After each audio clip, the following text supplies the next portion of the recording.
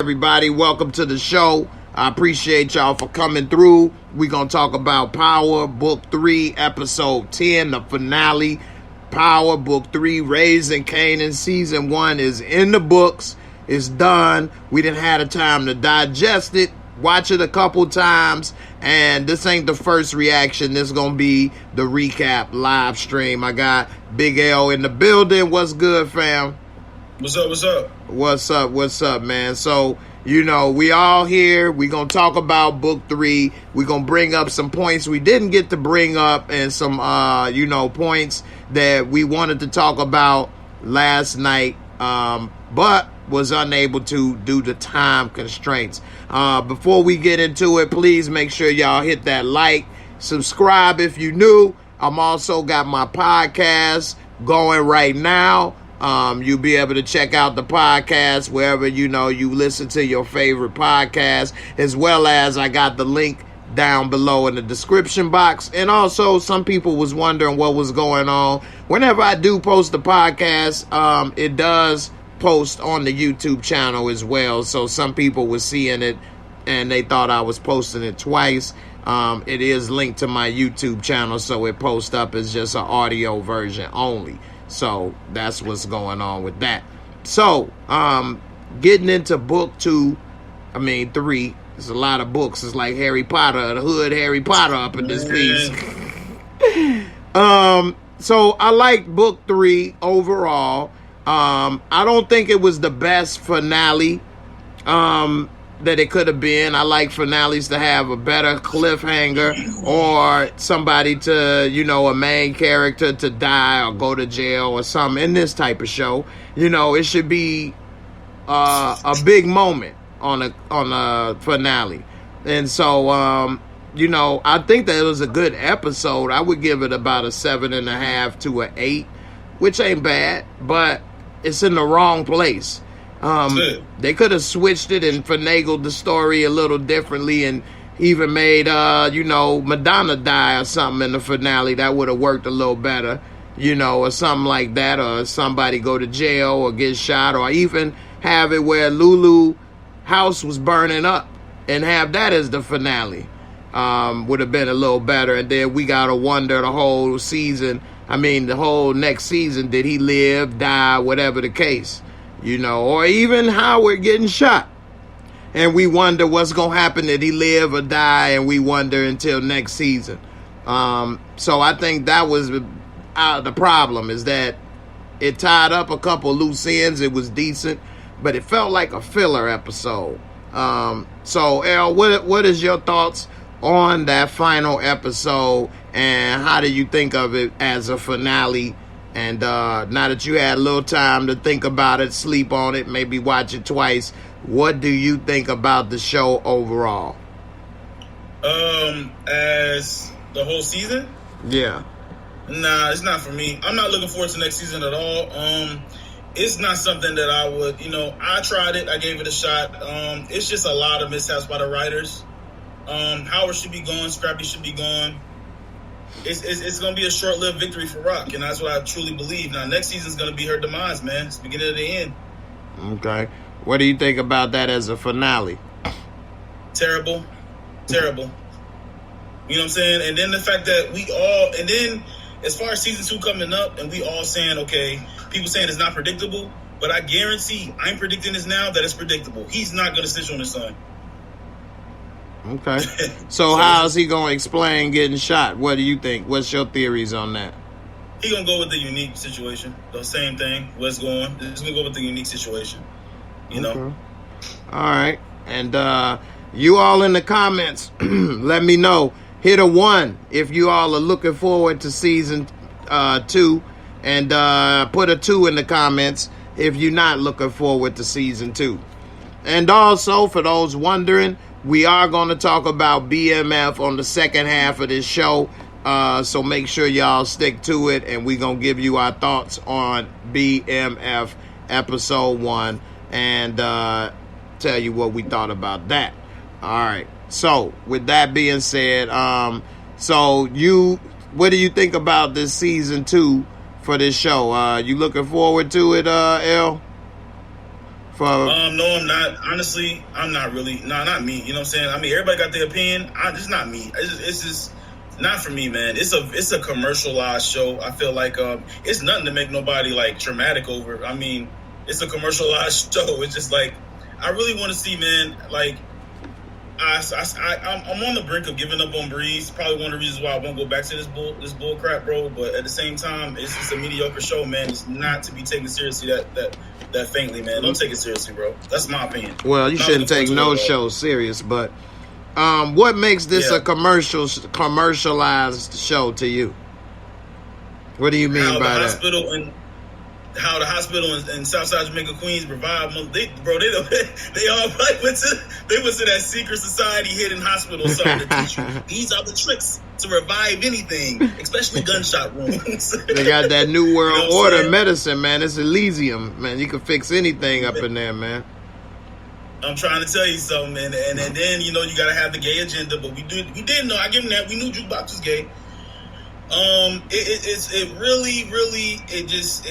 It's a lot of stuff in there, man. Her meeting the white girl, Nicole, and she messing with the white girl, and it's a lot of stuff, man. Just like the showcase, gotta be rappers and singers. The fact he pulling up at the light, turmoil in the family. This man just escaped the hospital. You know about the song, the car next to you playing the song.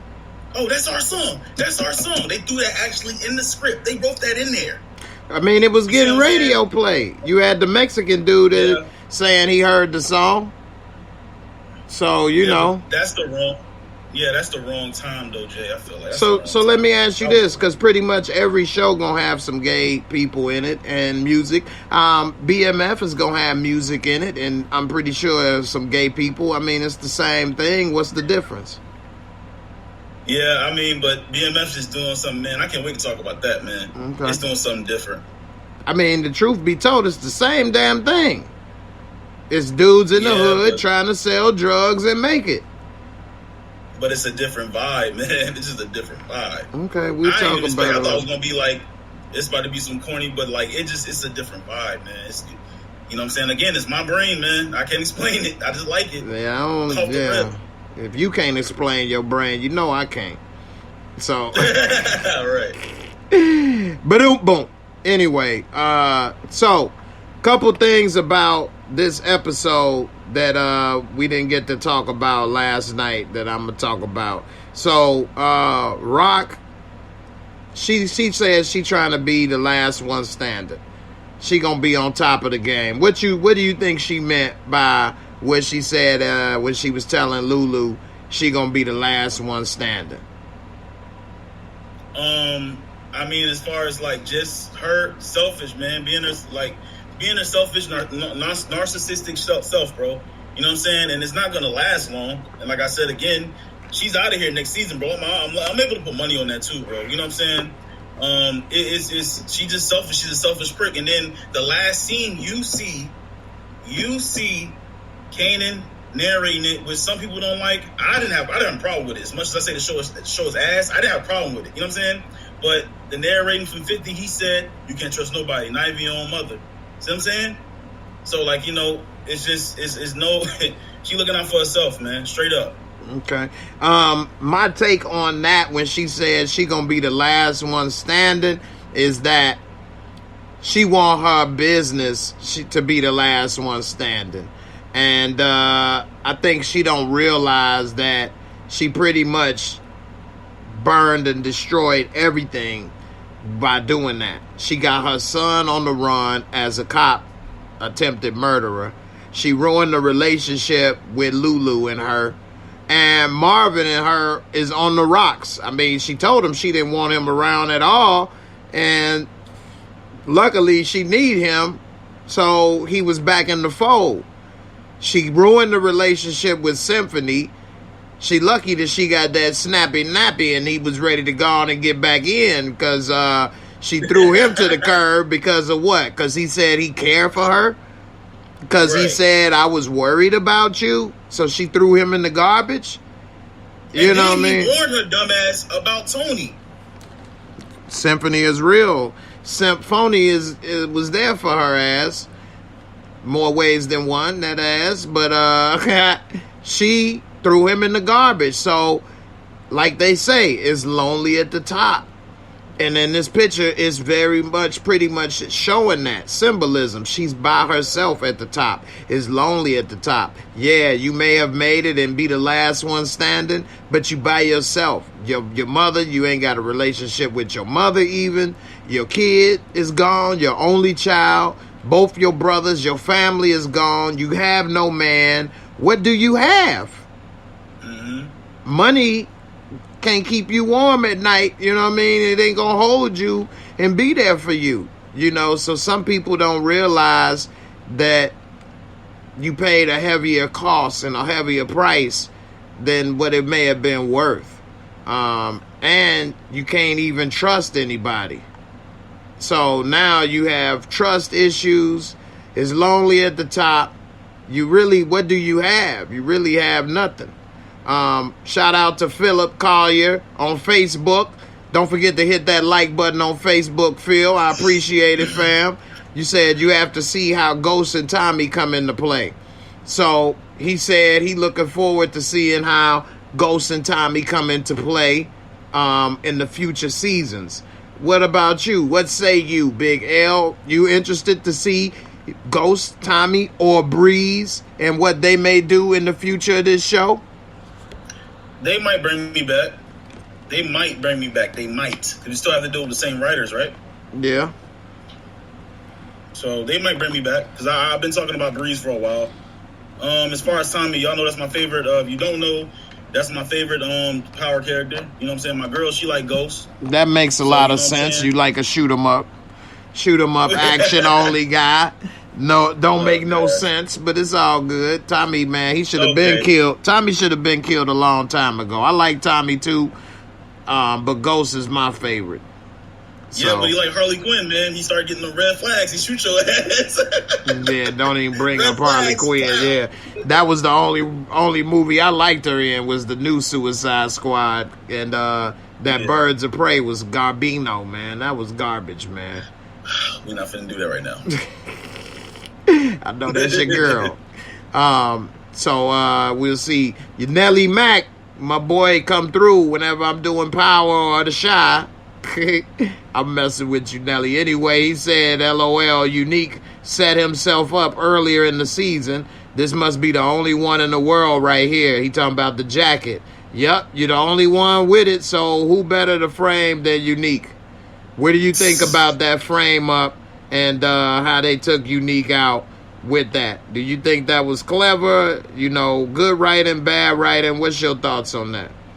I mean, it was definitely, that was a part that was pretty dope. I would have liked to see a more intense season finale again, but at the same time, like, if you're, and that Unique is my boy, he my boy, but if you're in an organization and you're selling drugs and you in the streets killing people, why you got a big ass jacket with your name on the back? Yeah. Well, he don't actually do the hand-to-hand combat, the hand-to-hand dope sales. But still, if the feds is watching you, that guy's name Unique.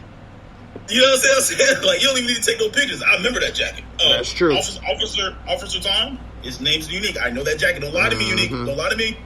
But that does go with the time period of everybody being flashy. Like we even saw in B.M.F, they walk around with chains, a T and an M, and got the fur and driving cars, Benzes in high school. Like back in the day, people didn't understand that they were putting a target on their back by doing that. So now people and dope dealers and stuff have learned better from the mistakes of the past. So no, they don't. No, they didn't, Jay, because they tattoo their face. Right. They tattoo their gangs on their face. Yeah, that's the stupid. Gangs they claim. That's stupid.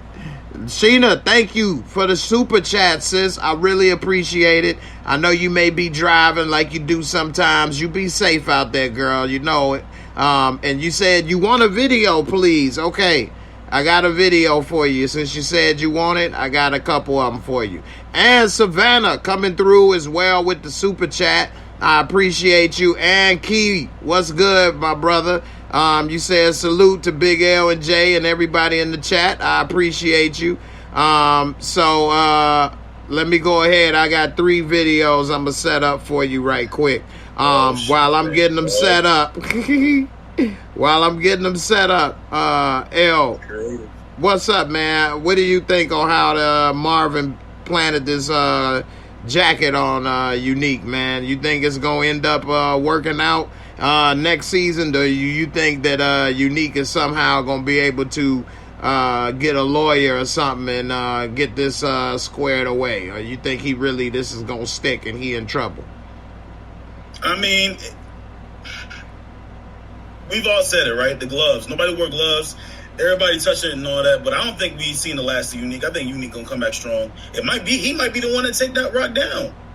You know what I'm saying? I'm not ruling him out, bro, because people say that he pays for his action in the streets. He pays his soldiers and all that. But at the same time, he still can run stuff from jail. He's still a known name in Queens.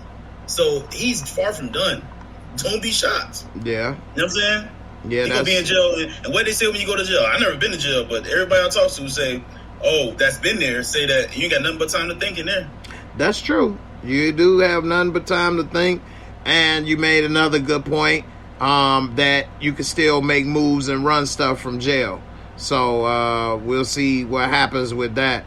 But that is a good point right there. So all right, here go a couple videos. Let me see. Let me make sure I got them. All right, here we go. I got them lined up. And Paperboy came through with one. That's what's up. I see we got a troll in the building. Let me go ahead and block that dude.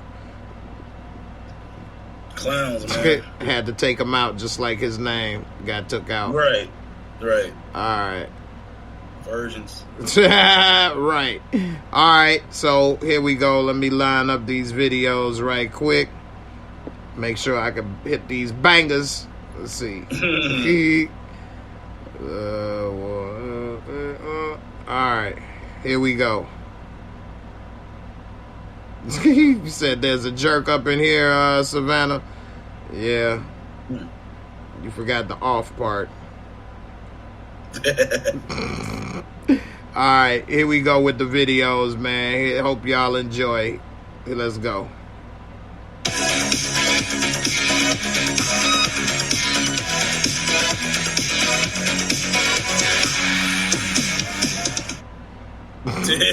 That was like some video game action right there for you.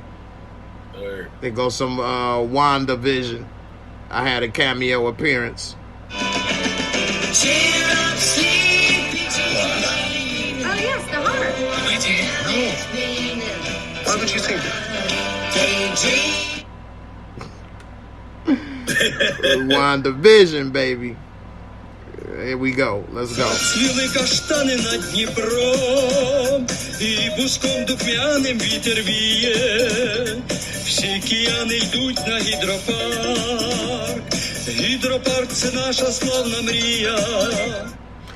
I mean, I can sing. I don't like to brag much, though. But, you know, I try to, you know, do a thing or two. All right. Oh, Lord.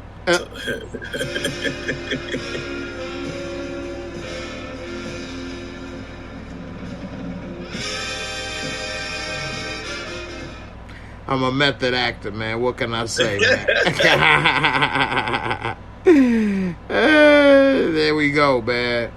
So it was a couple little bangers right there for y'all, man. Appreciate the support to the channel. All right. So we see what happened in the last episode is that Marvin got arrested. And it was actually on some lucky accidental stuff, because they trying to pull the 21 bridges and shut down, you know, to find out who popped the cop. And we saw that it was a warrant for Marvin. But I think that they really wasn't trying to arrest Marvin, and this was a mistake, because they was really trying to set him up with Tony. And so as soon as they would have gotten him to admit to something, then they probably would have took him in. And they had it all in play. But since they didn't get him to admit to anything, they didn't execute the warrant or take him in. Now, when he was in a police station, he saw Tony, which was a major mistake. And now they're going to blow the whole case with him trying to get caught up with Tony. what's your thoughts on this? Do you think Marvin going to have her killed? Is she, is he just going to be done with her? Is Rock going to take her out? I mean, what's going to happen with this in the future? Oh, she gone. Tony's out of here, man. Tony's definitely out of here. There's no reason to keep her around now, man. Character's wasted, man. You know what I'm saying? It's out of here, man. Perfect segue. Out of here. Exit plan. Woo. Know who she is. Definitely. I mean, she already was trying to set him up, and it was a whack way to try to do it. Trying to get him to admit to what was going on, and he lucky that he didn't fall for it and he was having a bad day. So we'll see what happened with that, but I think Marvin is going to have her either killed or Rock is going to have her killed, and I'm wondering, like, did she try to set him up from jump, or did she actually like him for a minute? What do you think? I think she was messing with him, man. And then I guess when he started treating her like crap, which we said was dumb, why would you treat her like crap? Remember that? Back in the day? And then that's when she started folding, man. She's a woman that's hurt. Same thing Angela did in Power Book 1 to Ghost. Woman that's hurt. She was bitter. Yeah, nothing worse than a woman scorned, man. There you go. So do you think she already had that case? Or did she probably get caught with, because they said they had her on intent to distribute. So I'm wondering, did that come before or after? What you think? I think she probably got caught up. It probably was off camera. She probably got caught up with a little bag of coke on her. You know what I'm saying? I don't know how she probably got caught up because she's a white girl. White people get away with everything. But, you know what I'm saying? She probably got caught up with a little coke, too high to realize, oh, my God, I dropped that. Oh, my God. She did see blonde, man. And then she was like, I don't want to go to jail. You know what? I got somebody that's selling drugs and da-da-da. So, off-camera scene. That's what I think. Yeah, that's what's up. I think something like that, too. So we'll see what happened with that. But I definitely think that she gone. Birds Nation coming through, man. I ain't seen you in a while, brother. How you been, man? I ain't seen you this whole Power saga. Birds Nation. There go your twin over there. Kill them Cowboys, man. Oh, my God. You said seeing how close Kanan and Jukebox was, the less it makes sense that he would choose Tariq over her. Very good point. Very good point. I agree with you, especially with all the history that they had together. It did show that he was hurt when he did it, and he was broke up. And who the hell was Tariq to him? He barely knew that kid, but what, a couple months? And you gonna kill Jukebox over him? I know Tariq, your boy, L. So what's up? What do you think was going through Kanan's head to kill Jukebox over Tariq? I mean, he can't be like, that's a kid, I don't want him dead. Why did he choose to kill Jukebox over Tariq? What's up? That had to be the connection. I think we talked about this. We talk about a lot of stuff in Discord, but I think it had to be the connection between him and Tariq. For some reason, they both hated Ghost. I guess that was enough connection. I mean, would y'all? So are we going to rule out that that's not his father? Are we ruling that out? We're going to kill that. Talking about Howard. No, I'm talking about Kanan. No, not Kanan. I'm talking about Tariq. It's not Kanan's father. Son, you mean? Yeah, son, yeah. Yeah, nah, that ain't his kid. That ain't his kid? Nah. I mean, and then it could be bad writing also. I think that might, yeah. I know y'all tired of me saying that, but, I mean, he probably got a connection with the kid. They both hated Ghost. It was a perfect time, but he was about to blow Tariq's head clean off. Right. On that one scene from Power Book 1. I was thinking like this also, that, like L say, money grab. I mean, this is called show business. So, like a lot of movies, they come out, or TV shows, and they don't expect it to be that successful, or they didn't know. For sure. Nobody knows most shows will be successful unless it's already a hit. Like you bringing out Matrix 4. Well, Matrix was originally made to be a trilogy. And it made so much money and so much time that, of course, you're going to find ways to capitalize and milk that cow. So now we got Matrix 4. It may not be as good as the original trilogy because it wasn't originally planned. So they originally was going with this story and Power. They didn't probably have all, pretty much, I know they didn't have all this stuff written out then. So they didn't know probably when they was writing it that we're going to get this prequel greenlit, write it, and damn, this ain't going to make sense when we do it. So sometimes writers write theyself in a corner and then they try to write theyself out of it, hoping that we as the viewers don't remember or aren't as sophisticated enough to think about it that way. And that's what I think is really what happened, is that when they originally wrote it and did it, they wasn't expecting to be a couple years later making a prequel with these same characters young and seeing all of this, you know, and writing it. I mean, hell, she saved his life even in Power, though, after he got burnt to a crisp. Barbecue broke Kanan up in this piece. Barbecue broke legs. And next thing you know, he killing her. That was messed up, especially for Tariq, because who the hell is Tariq to him? And why you care about Ghost all of a sudden when this dude, all you could think about for what, 10 years in prison is that he set you up. And now you saving his son. That's plot armor. That's what that is, man.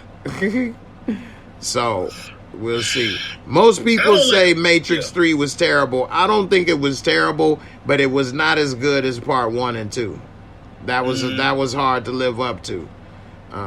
So anyway, go ahead. Wait, before you... Well, go ahead and say what you're going to say, then I'm going to play the video for my boy over here, Birds Nation.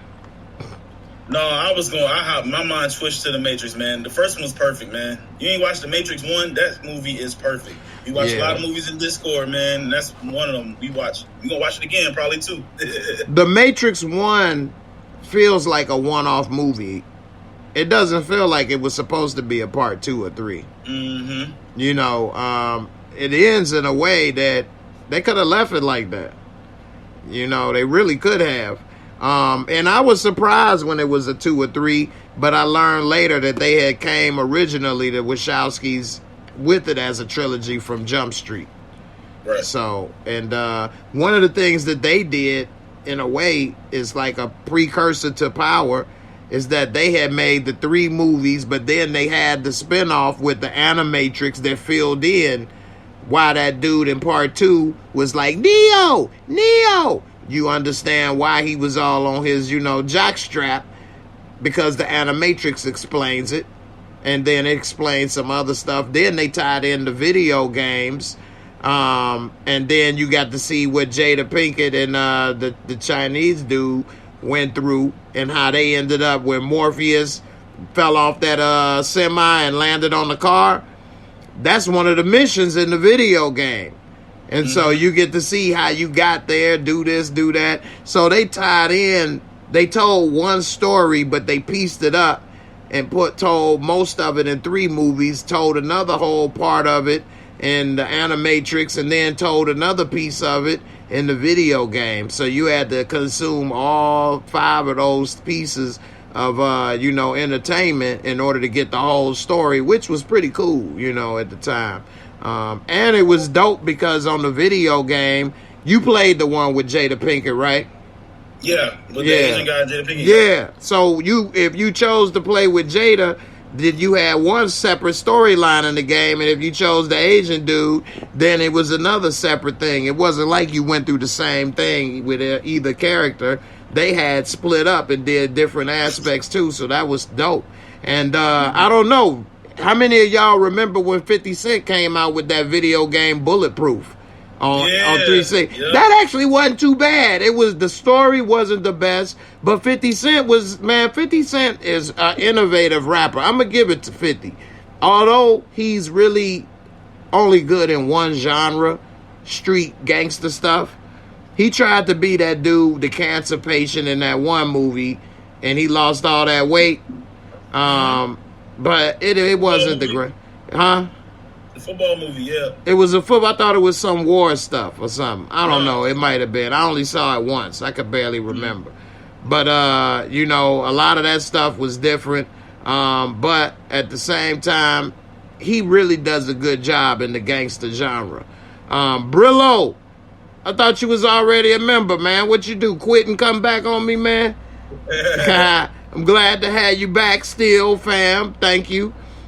Miss Jocelyn, you said Lulu will be the one to kill Rock next season. Remember, Lulu owes Unique a favor, and will the man be buried in the wall until next season? Go Cowboys.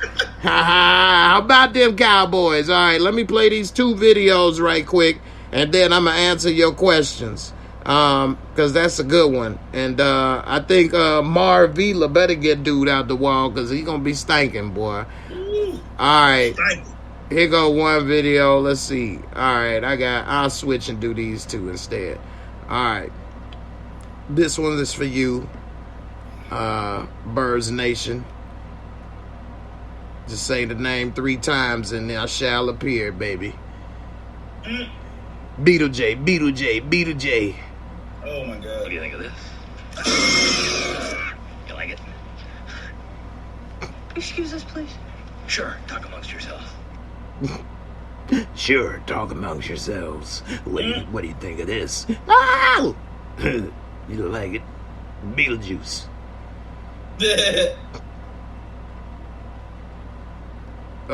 Okay, here we go.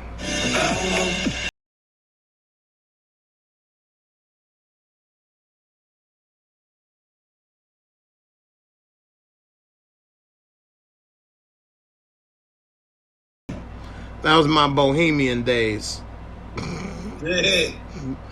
I'm playing one more just for the fun of it. And also, make sure y'all please hit that like button. We get to 100 likes, I'm going to play another fire video for everybody. So, please, hit that like. If you on Facebook, Twitter, Twitch, please hit that like.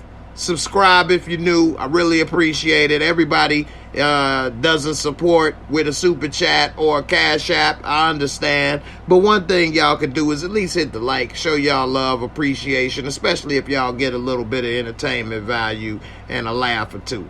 All right. And also, I got the podcast going live right now. And I'm opening up another stream for people to listen. So if you in your car and all kind of other stuff, I hope y'all enjoy it. I'm trying to expand and give everybody the options so that they can get access whichever way works best for them. All right, here go one more video for you. This man.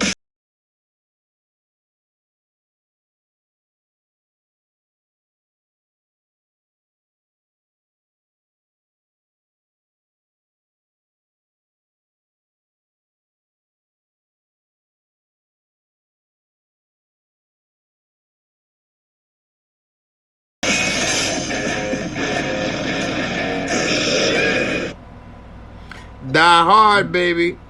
Yes, sir. Don't go soft. Gotta go hard. All right, back to Miss Jocelyn. You've been saying that Rock is gonna die. You've been wanting her to die. Somebody got to die. If I go, you got to go. Somebody got to die. Let the gunshots blow, baby, baby. Oh. What do you think about Lulu, man? We already saw they laid the groundwork that Lulu and Rock got some animosity, and I'm going to play a clip about something that I don't agree with that Rock said, and we'll see what everybody think about that. So, what do you think, man? Is Lulu going to kill Rock? You used to think that it would be Kanan. What do you think? Who going to kill Rock if she dies? What is your thoughts? As much as I hate to say this, I feel like Rock has the brain power over Lulu. Like, she has mind control over Lulu. It's not going to be him. She knows how to talk him down and make him feel little. That's why she couldn't control Marvin. That's why Marvin, you know what I'm saying? It all makes sense, man. Lulu was, she can control Lulu. She can control Marvin. She say Marvin the F-er, but you got him doing all this stuff, but she can't control Marvin. So Lulu is going to be the person that murders her. He not going to care. I'm still going to stick with Kanan, and I'm still going to stick with Unique. Okay. All right. Even though what she said to Lulu, I think, was way out of line and out of pocket. which we was just talking about in Discord, and I'm gonna share with everybody here. And you all let me know what you think once I share this this point that she made. You still think Lulu ain't gonna possibly want to do that?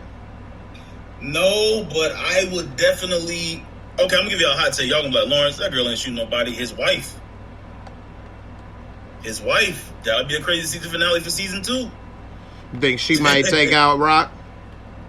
I mean, she might just catch a slip and she's like, look, girl, you ain't gonna do nothing to me. Bow. You talking about Mamacita at the bodega?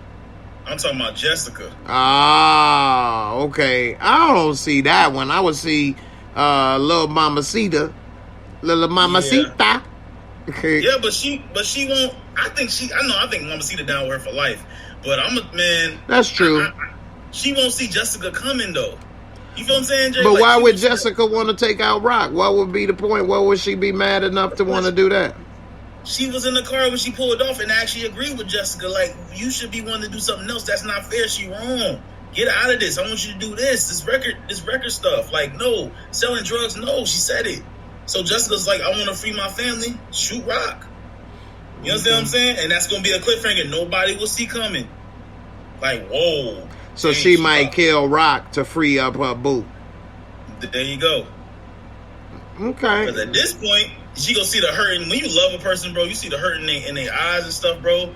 You'll do anything. You know what I'm saying? I'm trying to tell you. Okay. That's an interesting take right there. All right. So I see some people say they sick of Lulu. My girl Sheena. Sir Classic said no. It's the opposite. Rock is going to kill Lulu. No. I might be on board with Sir Classic right there because of how she just talked to him.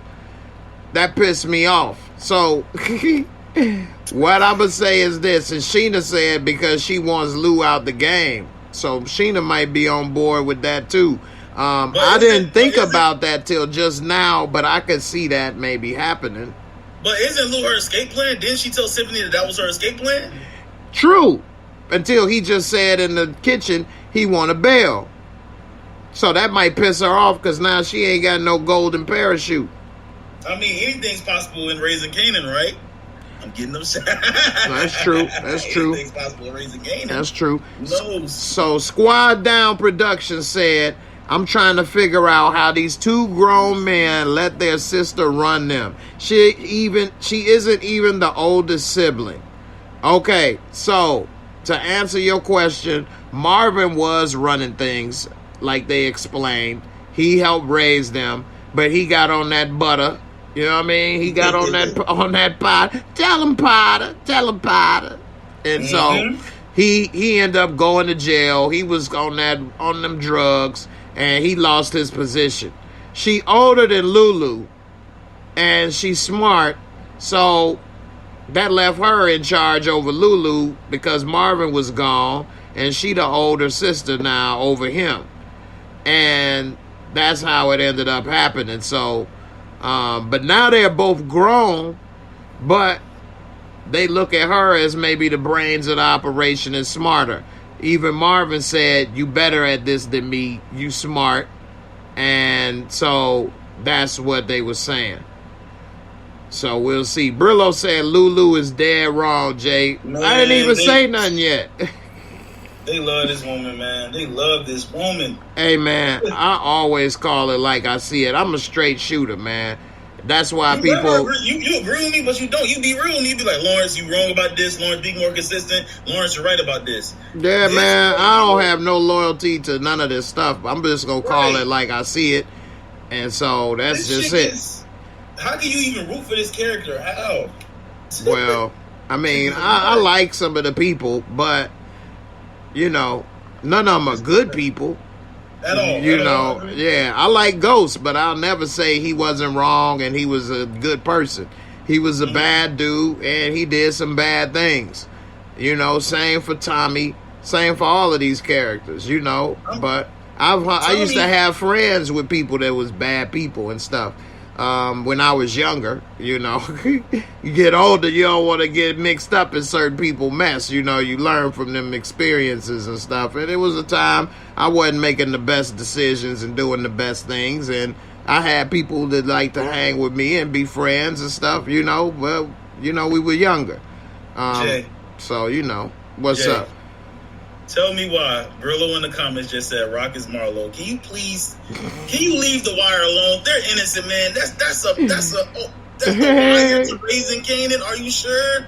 Right, They love, bro. This show is whatever. Rock is Marlo. That's funny. All right, so let me give a shout out to the 114 people watching right now. I really appreciate y'all for watching. Thanks for coming through. Please hit that like. And we got what? I just hit the like button myself just now. So we got 51 likes. Once we get to 100 likes, I'm going to play another video. I got a couple fire videos I'm going to save until we get to 100. So please hit the likes. Let's get to 100. And I got some videos to play that is pretty funny. I hope y'all enjoy. All right. Miss Davis says she's looking forward to season 2. All right. So let me tell y'all what I don't like that Rock did. So we saw that Lulu went to go see Rock in the projects. And when he went to go see her, he confronted her and said that she was messed up for having Kanan kill a cop, basically, to put the hit out on the cop. And he said, you know what? I'm done. I want to be out the game. And, you know, I should have got out the game when you had me kill that shorty, that boy. But I stayed in the game. I'm loyal. This, that, and the other. Blase, skippy, whoop-de-whoop. All right. So, that's fine. She said, no, you in this for life. We in this game. You can't get out. So basically, she talked to him like a slave. All right, that's one part. Not the worst strike, though, actually, that I'm going to complain about. But that was kind of foul. Like, she owned this dude. He could never get out now. He yours. He don't have a mind of his own. Now, you could say, yeah, he want to get out when you need him the most and in the middle of a war, and he going to leave you hanging, and he helped kind of initiate it and this, that, and the other. Those are great points, and I see that. Similar to how Franklin told, what's Afro? Leon. He told, you know, rubber Afro head, helmet head, that you can't leave, because he basically owed him his life. Now, Lulu don't owe her his life, but he does owe a lot. But he has paid a lot of dues as well. I mean, he has put in a lot of work. I wouldn't say his book is in the red like Leon's was. But here's what I really didn't like that she did, is she said, everything you touch is mine. For example, that recording studio, that's mine. Now, some people say she was talking in general, but I think she was saying it literally, because she literally said it and brought it up. I'm going to play this clip. That's why y'all got to make sure y'all watching live, because if you watching after this, it may be blurred out. So always come to the shows live so you can see everything, because I'm going to have to probably blur this out because of copyright reasons. So here's the clip, and I'm going to play it, and then you all tell me what you think. Let's play it. This is dark right here.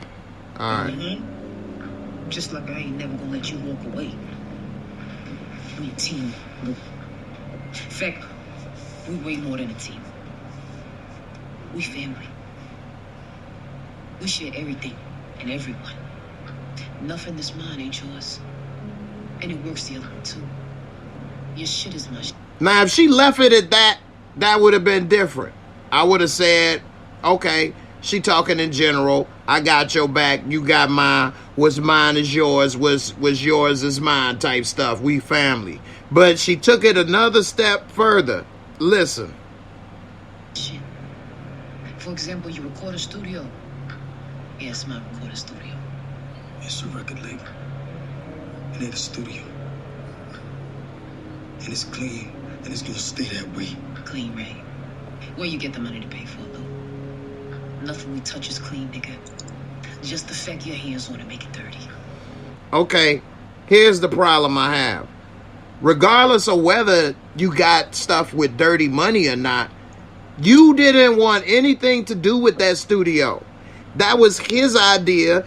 That was his money, his paycheck. If we're in a drug organization together, just like if we work at any other thing, you get your pay for what work you put in, right or wrong? Right. Okay, so what he does with his money, it doesn't matter if he made the money with you or not. That's his share. Even if we was copping dope together, for example, say I was out slanging dope on the block, and whether somebody fronted me a pack or I bought it, say for easy math, $300, right? Okay, so if they fronted me, then I owe them $300. What I do is they front me. For those who don't know, that means they give it to me up front and I didn't pay them. I owe them. Okay, so say they front me the pack for $300. Let's say I can make $700 off of it once I bag it up and flip it. Once I sell it and make $700, I need to pay them that $300 back. You know, and then the rest I keep. You know what I mean? Whether I make $1, man, whether I make 301 or I make 1,000. All I owe them is $300. The rest is mine. They have no say so on the rest of my money. You know, if I'm on the block and I say I'm a serve on this block or whatever, and I'm paying the $300 and I buy it up front, I don't owe them nothing. I've paid my share already. So whether I make $301 or if I make only $200, I've already paid you the $300, so I'm good. You gonna kick in half of my losses? No, because we even. I've settled my score, my debt. She's saying that as in she has say-so in that recording studio. He wants it clean. That's why he went to talk to Unique. He didn't want her or Unique to sell drugs there. He wanted to clean his money. That's why they call it money laundering. He's taking dirty money from illegal gains, putting it into a legitimate business and making it clean. And then that business will then generate clean money from that point forward and have nothing to do with that drug business at all. She didn't want to support it. When he was even doing the showcase, she said, "You found another way to spend my money." And he had to tell her then, "This is my money, Rock."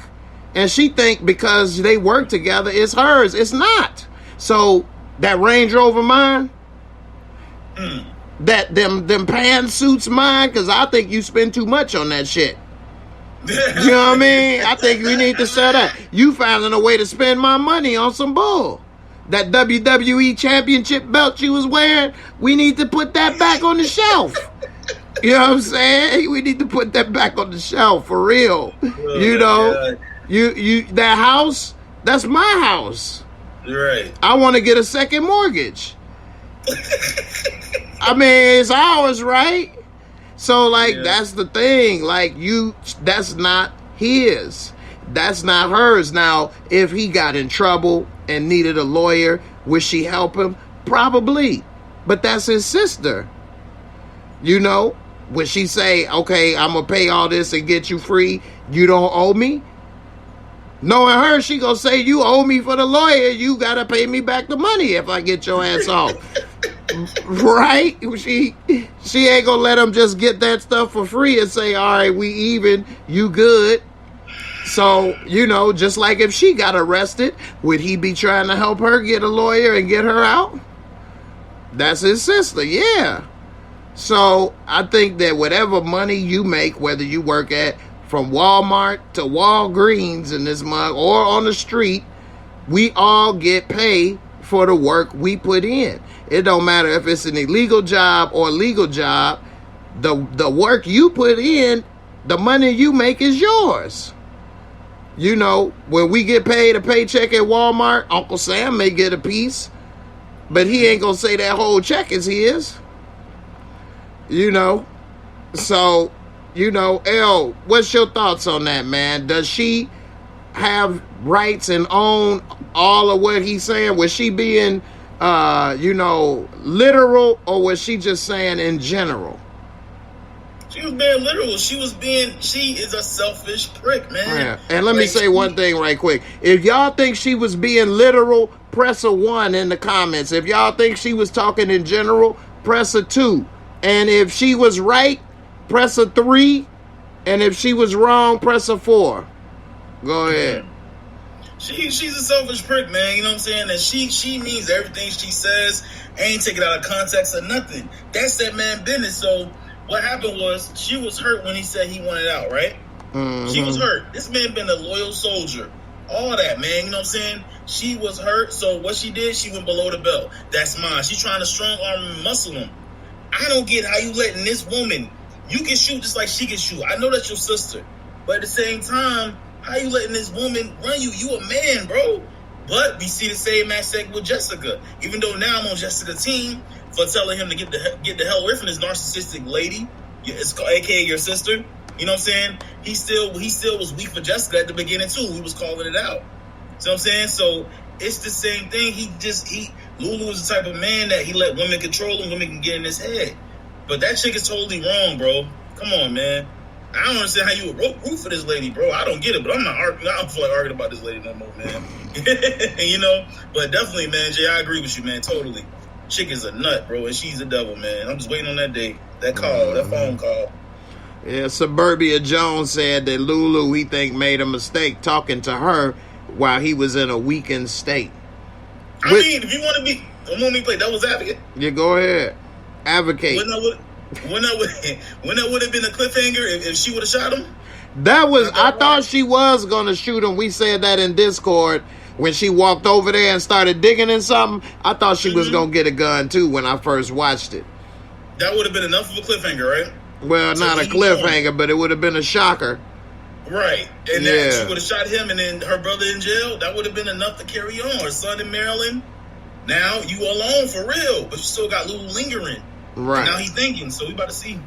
Definitely. Let me see what some people thought. So I put in there 1 for literally, she meant literally. 2, she was speaking in general. 3, she was right, and 4, she was wrong. So people could put a 1 and a 3, or a 1 and a 4, or a 2 and a 3, or a 2 and a 4. So, or some people may have just put one number. Let's see. So support says she was literal. We got another literal. Brillo says she was right to talk to him that way. Just to make sure I'm saying, yeah, you said she wasn't wrong to tell him that. So you work for her. She own all your stuff. Okay, Brillo, you work for free. It's all good. Rock was like, what's mine's is mine and what's yours is mine. Exactly. She was wrong. One Journey says she right. One Journey worked for free. Kendall says she was right. Tell Samaya says she was right. I'm scared of y'all. Yeah, I need y'all to work in my organization. Straight up. Y'all want to help me on this channel? Enlightened Original Man said that, she was literal and wrong. Squad down. She was wrong. That girl, she was right. Gemini, she was right. One boy. Yeah, boy. Sheena, you think she was right? Sheena, you gonna work for free? I ain't gonna say nothing, but you know what I'm about Ah, to say. Jimbo, she was wrong. Whitney, she was wrong, man. Speaking literal. Renchel Joseph, wrong. D Weave, she was wrong. Arlene, so we got a lot of people that chimed in on this one. It's more people that put in 3s than I thought, though. I ain't gonna lie. Ron Mitchell, not a lot, but more than I thought. I didn't think anybody would, but it's a lot of Lulus. Right. You said we are not looking at male or female, and I didn't bring that up at all. Did I say anything? I didn't say. I don't know. Maybe I missed what you talking about, but I don't care who it was. I ain't working for free. Whatever work I put in, I'm taking penitentiary chances. I'm killing people. I'm selling drugs. I'm part of this organization. What I'm doing it for making money, right? Like everybody else, right? So that's my money. If I want to buy clothes, if I want to buy a recording studio, if I want to buy some weed, whatever I want to do, that's my money. You know what I mean? That's what I do it for. Like, you don't have say-so over what I do with my share. Period. So, go ahead, man. No, I mean, if you want to be a devil's advocate again, bro, Marvin, if this stuff sticks and he's in jail, but Lulu and Rock don't know about that. So if Lulu find out, maybe he'll find the opportunity to go. Y'all say he might be the one, a smoker, to take the opportunity while he in jail. Yeah. You know what I'm saying? Right. Each paperboy say it's not working for free. If all the money I make, you have control over and it's yours, then how is it not working for free? If you can have say-so over what I buy or do, or whatever I buy and do, even though it's not your idea, you didn't do any of the work or support it, it doesn't matter if it's a criminal organization. You got your piece. I did my part. This is my take-home pay. That's why they call it from any job, take-home pay. I don't care if it's on the street. It's his take-home pay. That's what he does with it. It doesn't matter if the money is dirty. That means that they can't do nothing with the money. That means there's no point then. If that's the case, then none of them can do nothing. That means that her Range Rover ain't real because it was bought with dirty money. So that point means nothing. All the money is dirty. That means that house doesn't count because it was bought with dirty money. You know what I mean? That them clothes, she might as well be walking around naked because she bought it with dirty money, right? Right. So that is irrelevant. It doesn't matter. That's his take-home pay. He put in the work. He did his dirt. He put in whatever it was, where he wanted to shoot somebody or whether he needed to do whatever. That's the point. One journey, you say, accrue, you keep your share. What? A crime family, it belongs to the family boss. They're not a crime family. No, and it doesn't belong to the boss. They don't have one bank account. They all have their own accounts. They have their own money. Y'all, I can see some people, man, y'all don't think been a part of some stuff, man. That's not how it works. That's not how it works, man. People get their own money. These are grown men, grown people. That's his money. You know what I mean? Like, what is he working for free? Because basically, since it's a family, she has all the money now. They got one family bank account. They get allowance. And even if they buy something with allowance, it's still hers because she gave it to them. That's what y'all saying? I mean, that don't make any sense. You say, I agree with you, Dad. Why you do your dirt by yourself and not work for nobody? Exactly.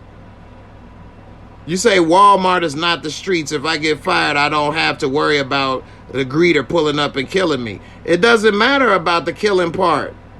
The pay is your pay, period. It doesn't matter if you're going to get killed or not. The point is, you did your work, you get your take-home pay. What? Because your job is hazardous? That's like saying the police, because they could get killed on the job, then the city still owns their money. The city still owns their house and everything. They don't get nothing because they have a dangerous job. So police don't get no pay?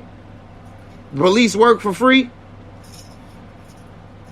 Can police get killed? Yeah. It's a dangerous job, but they get a paycheck.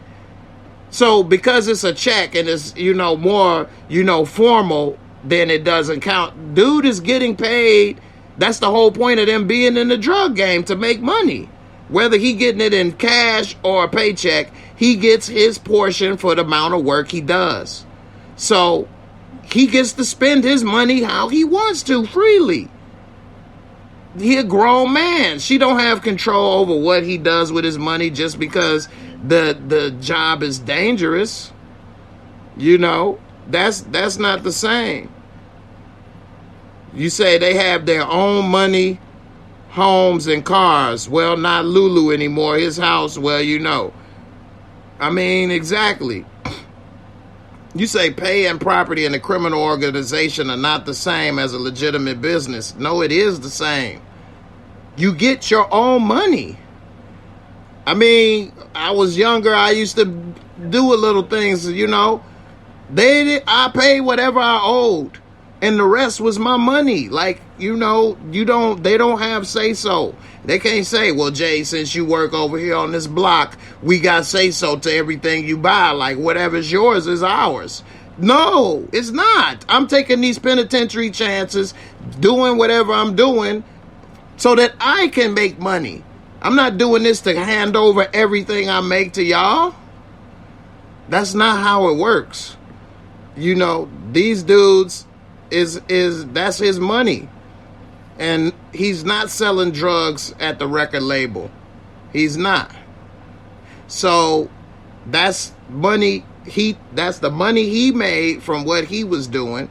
And he chose to invest in the record label, which she didn't support.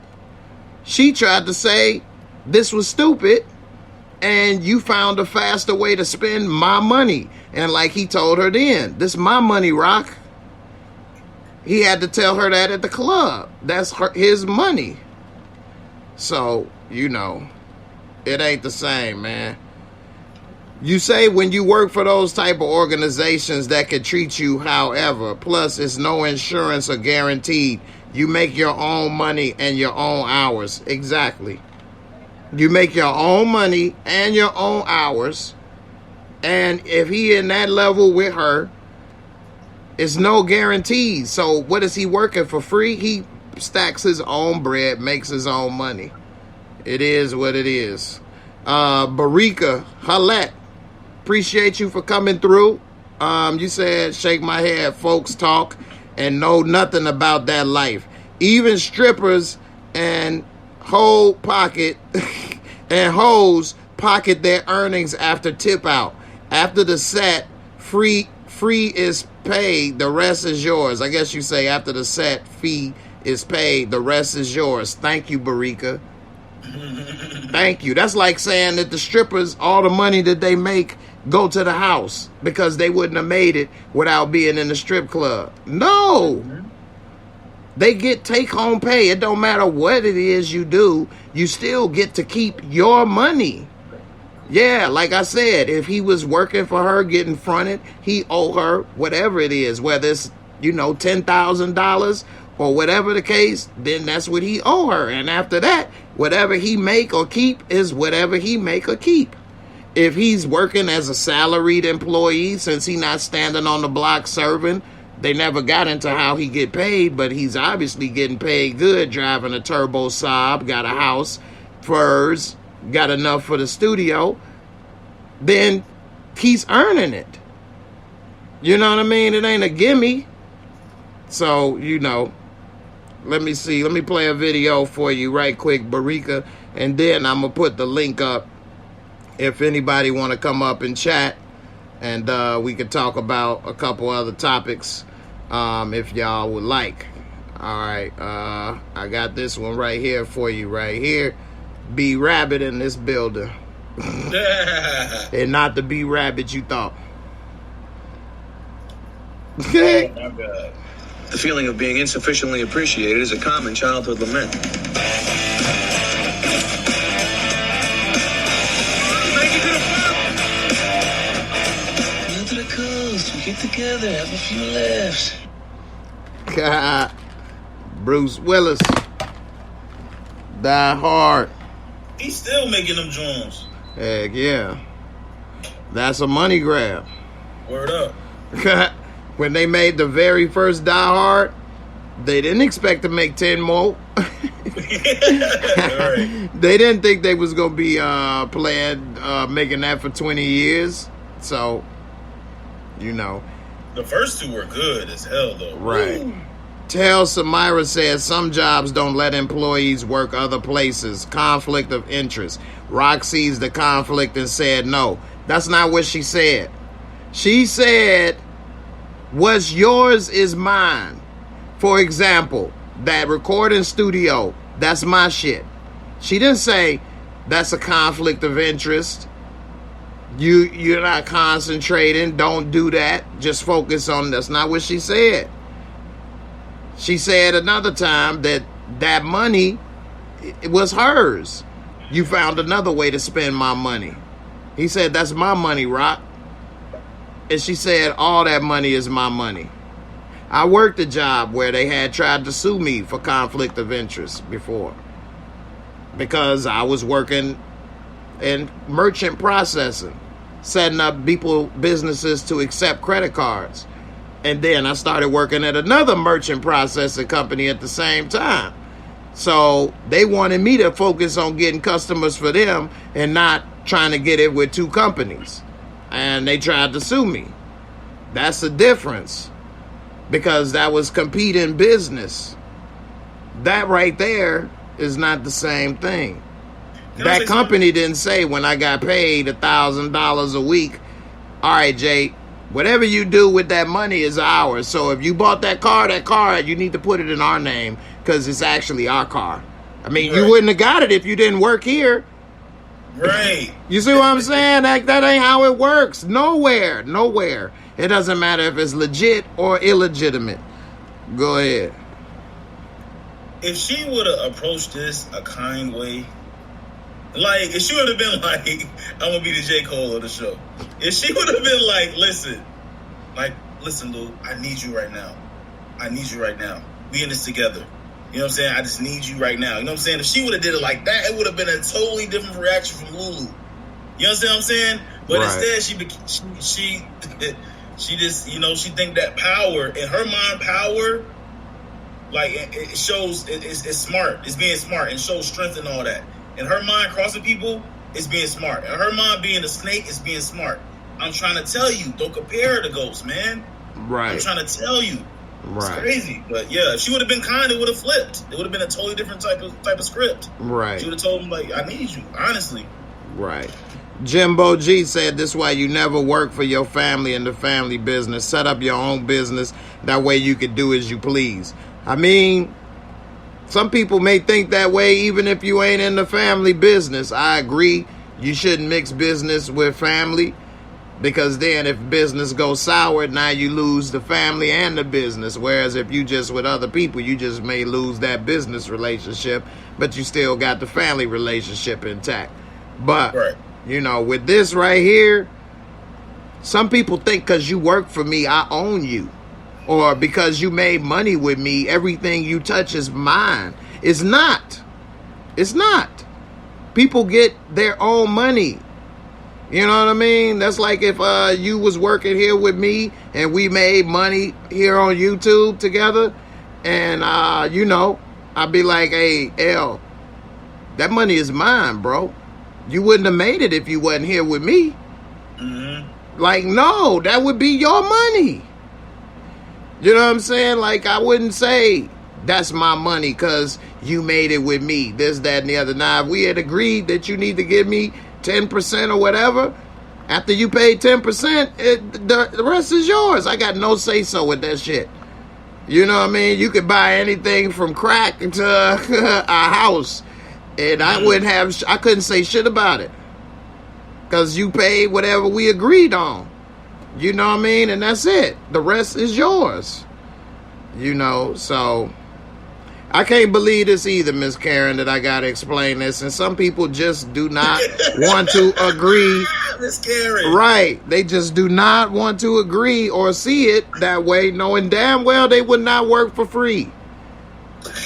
You know what I mean? It just ain't that way. And they say if the streets is different, then they know when they was on the streets doing whatever, that when they made money, they kept their share.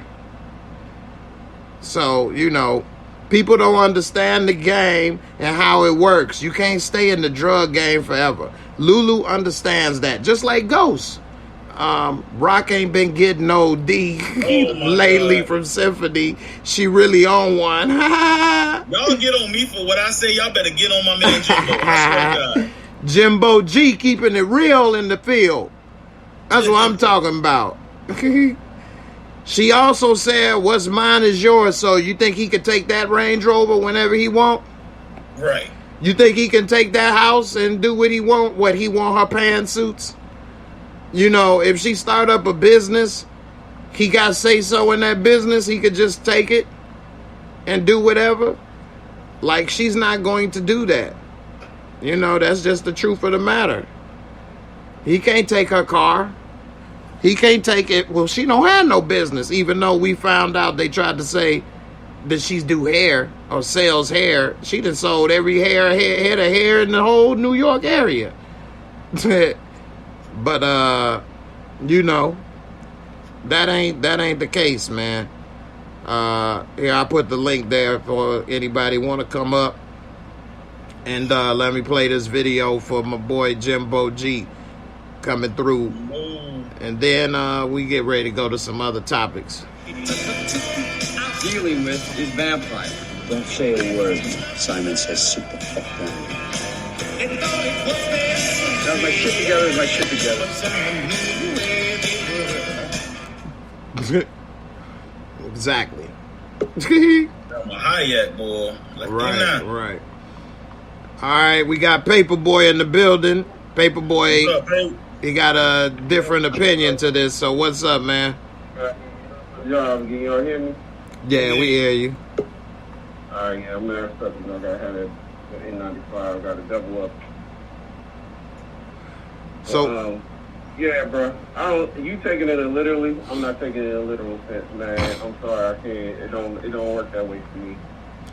yeah, I mean, if she didn't say literally that recording studio, I wouldn't have took it literal. No, she said it like that, yeah, of course, because in a family, if you're looking at it even in a mob family, okay, everything is part of the family. If you own a restaurant, they're washing their money through that restaurant. If you own any business, they're using that business in some form of fashion to help out the family. That's what I think she's taking it as.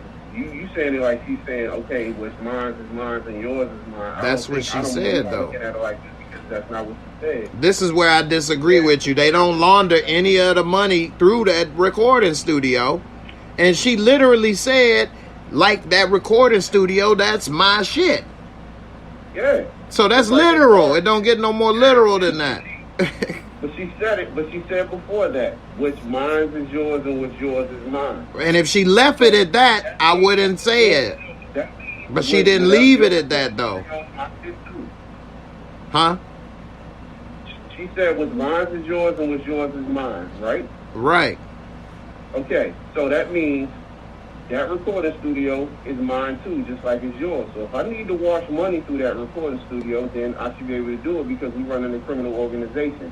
If we go to jail and RICO comes and they come for you, they coming for all of us. All of us gonna be sitting at that table as co-defendants, not just That's a whole different thing. That's a whole side track. Because we talking about, no, it's not. That's a side that the J come for him. If he don't snitch, he going down by himself.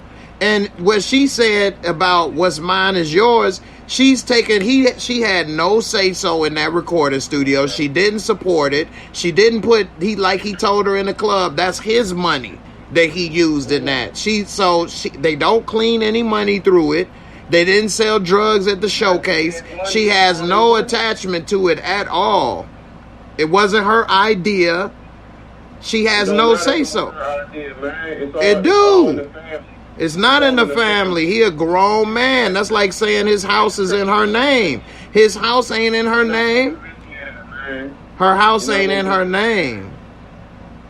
Yeah, they have their own individual stuff, but when it comes to that business, that organization... That ain't part of the organization, though. He bought that on his own, separate from the organization.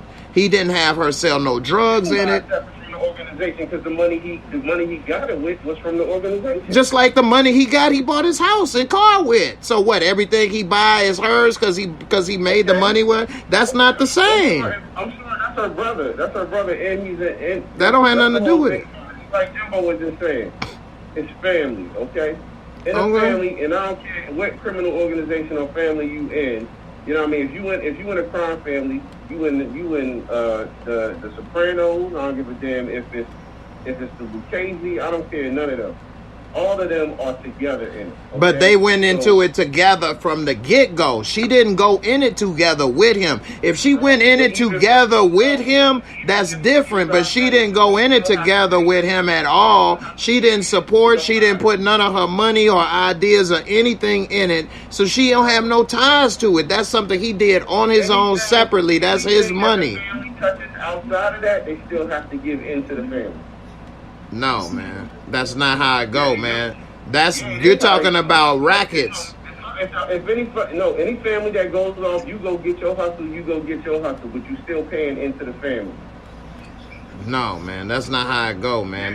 That's when the family when the family puts up the money or has half the money in it, just like the Sopranos. They've been streaming it all lately too, so I just recently watched it. Anytime that they go into anything like you're saying, Tony Soprano had money in the game. He had a piece of the pie. He helped front you the money to do it or any of that stuff. So that's different. They had on the side, they paid into the family. All of them. Anybody. It don't matter what crime family you talking about. All of them paid into the family. They had a side hustle. Some of that went to the family. No, man. That ain't how it go, man. It is how it goes, and I know that's how it goes. That's not how it go, man. That's that man's money and his own stuff, man. Let me hear from Brillo. Let me hear from Brillo, man. What's up, man? Hey, what's up, man? I agree with you, like, as far as like you taking home some profit. Nobody's going to work and just let you take all the bread, like you said, you bust it down and you pay what you owe and you take that back.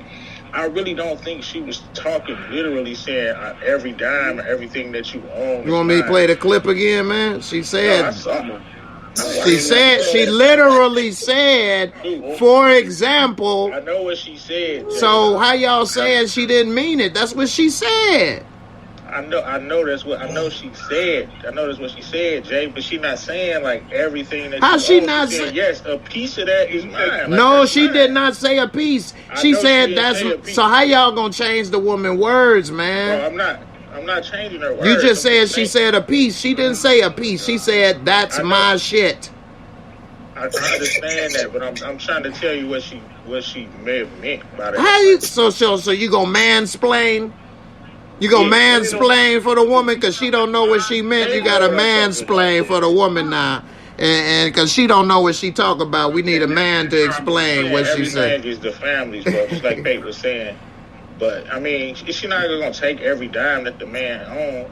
But if you think you just gonna get out the game and just that's a totally separate thing, man. We talking about she said what he do is hers and that she own it. But you're just glazing over the part what she said was mine is yours. It was in the same breath. It was the same sentence.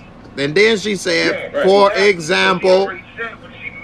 So what is hers? So what is hers that he got access to? The bodega.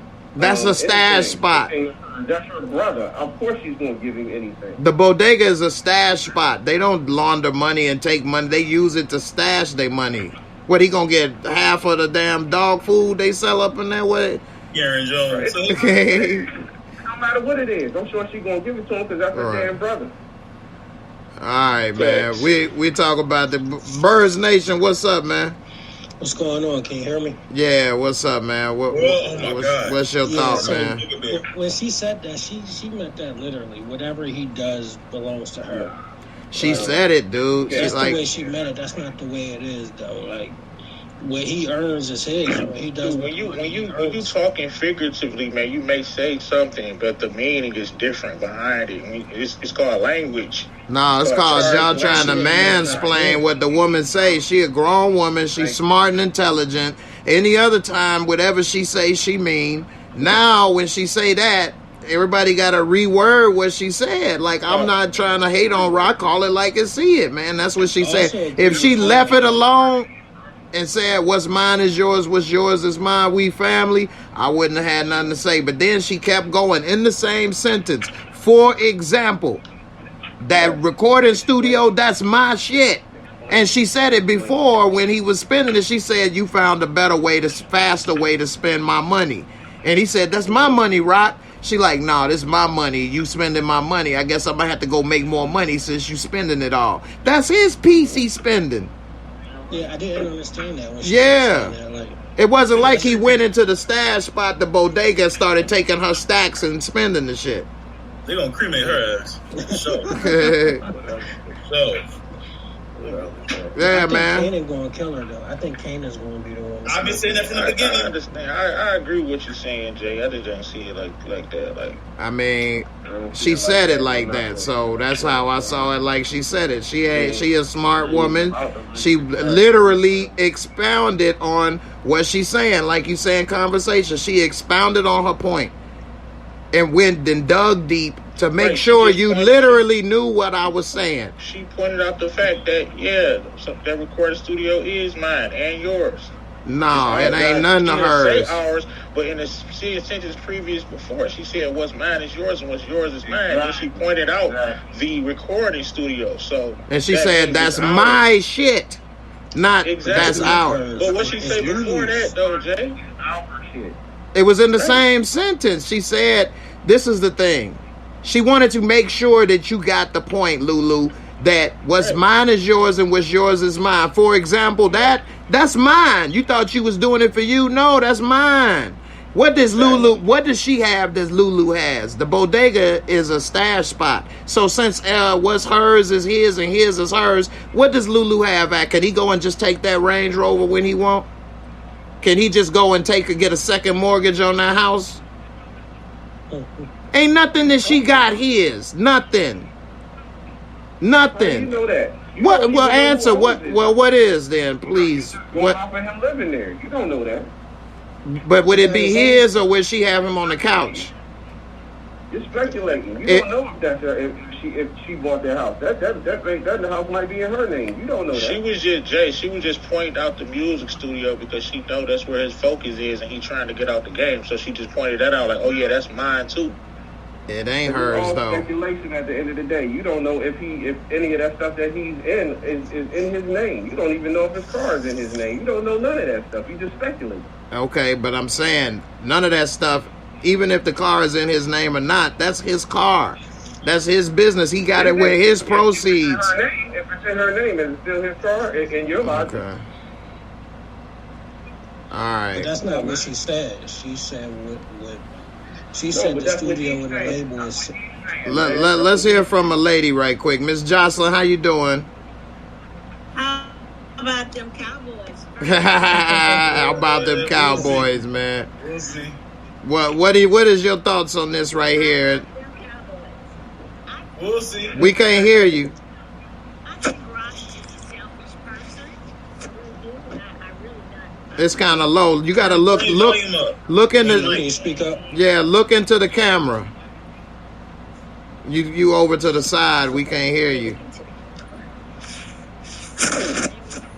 You was a little louder at first when you was a little closer. Take that Cowboys hat off.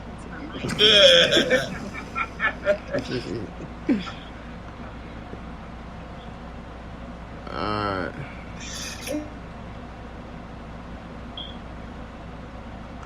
You there? Can we say something so we can hear you?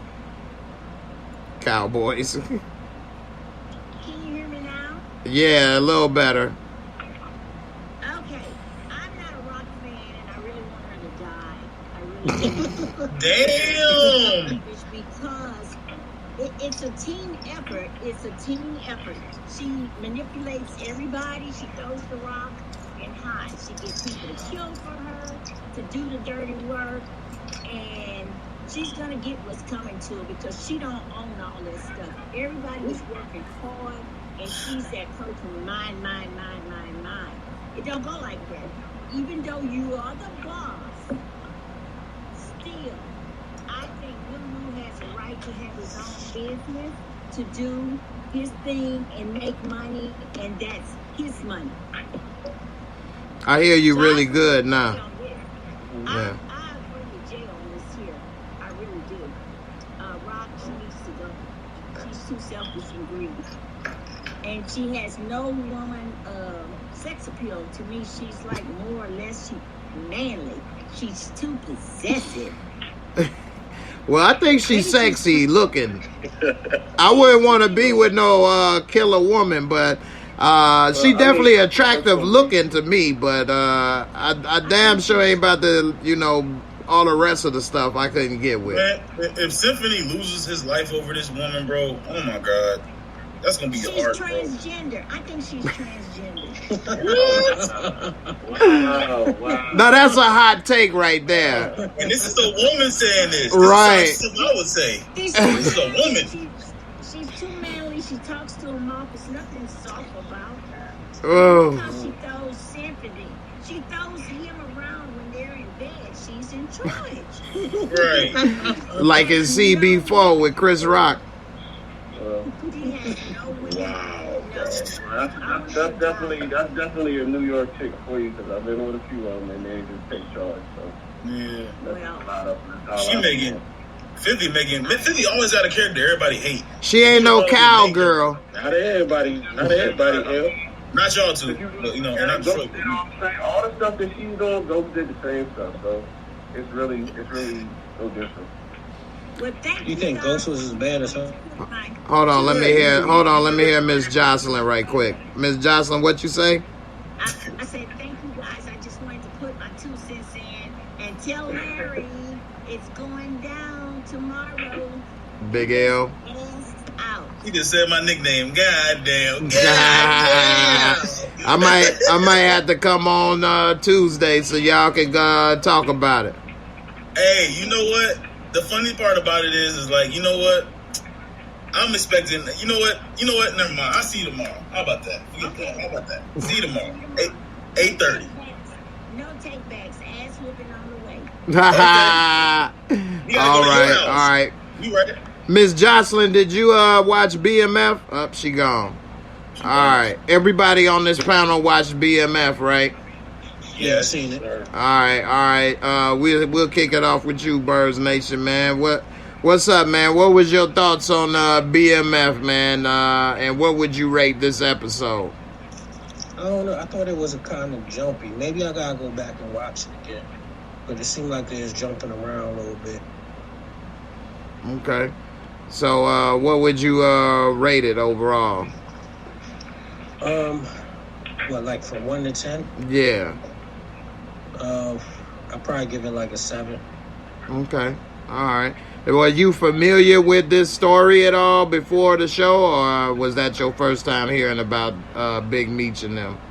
Yeah, I know who Big Meech is. I've seen all the documentaries. Okay. All right. That's what's up. All right, Brillo, you from Detroit. You heard about these guys before. What do you think about the representation of this show in the first episode of B.M.F? Man, first episode was fire. Good representation of the city, man. Everything was put together, the way they talked, the spots they were in, the neighborhoods they were calling out, the dance moves they were doing in the beginning. I mean, they tried to show a lot in the first episode. It's only like a 50-minute episode or an hour episode, so, you know, kind of tried to show a lot. And I think they accomplished that. Pretty exciting. You got to see a side of Meech that I didn't know. Like you said, I'm from the city. And, of course, I never met the big fella. I only heard about the legends. Right. But I didn't know he was, how he was portrayed in there. In episode 1, I didn't know he had that fire in him. Thought he was kind of like a low-key dude. But, yeah, I think they did a good job with the first episode. I'm excited for episode 2. All right. They represented the city. What would you rate the episode? I rated about an 8. Okay. All right. Paperboy, what's up, man? What you thought about this first episode of, B.M.F? I mean, I give it a 7.5. Okay. Right now, it's, I wanted to see more how they became the 50 Boys. You know what I mean? It kind of started out for me. It kind of mirrored the Raising Kanan from the beginning. It only showed them as little kids for a hot second, and then they were teenagers. So I really wanted to see more of that. I wanted to see a come up of how the 50 boys became the 50 boys. And a little bit more of that. But they jumped into it, so I give it a 7.5 because the rest of the episode after that was fire. They stepped it up. They stepped it up real fast, but I just think it was too quick. Yeah, it did have kind of the similar pattern of raising Kanan, showing them as kids for a hot second, then fast forward to them in high school and what was going on, and it was almost like a mirror show.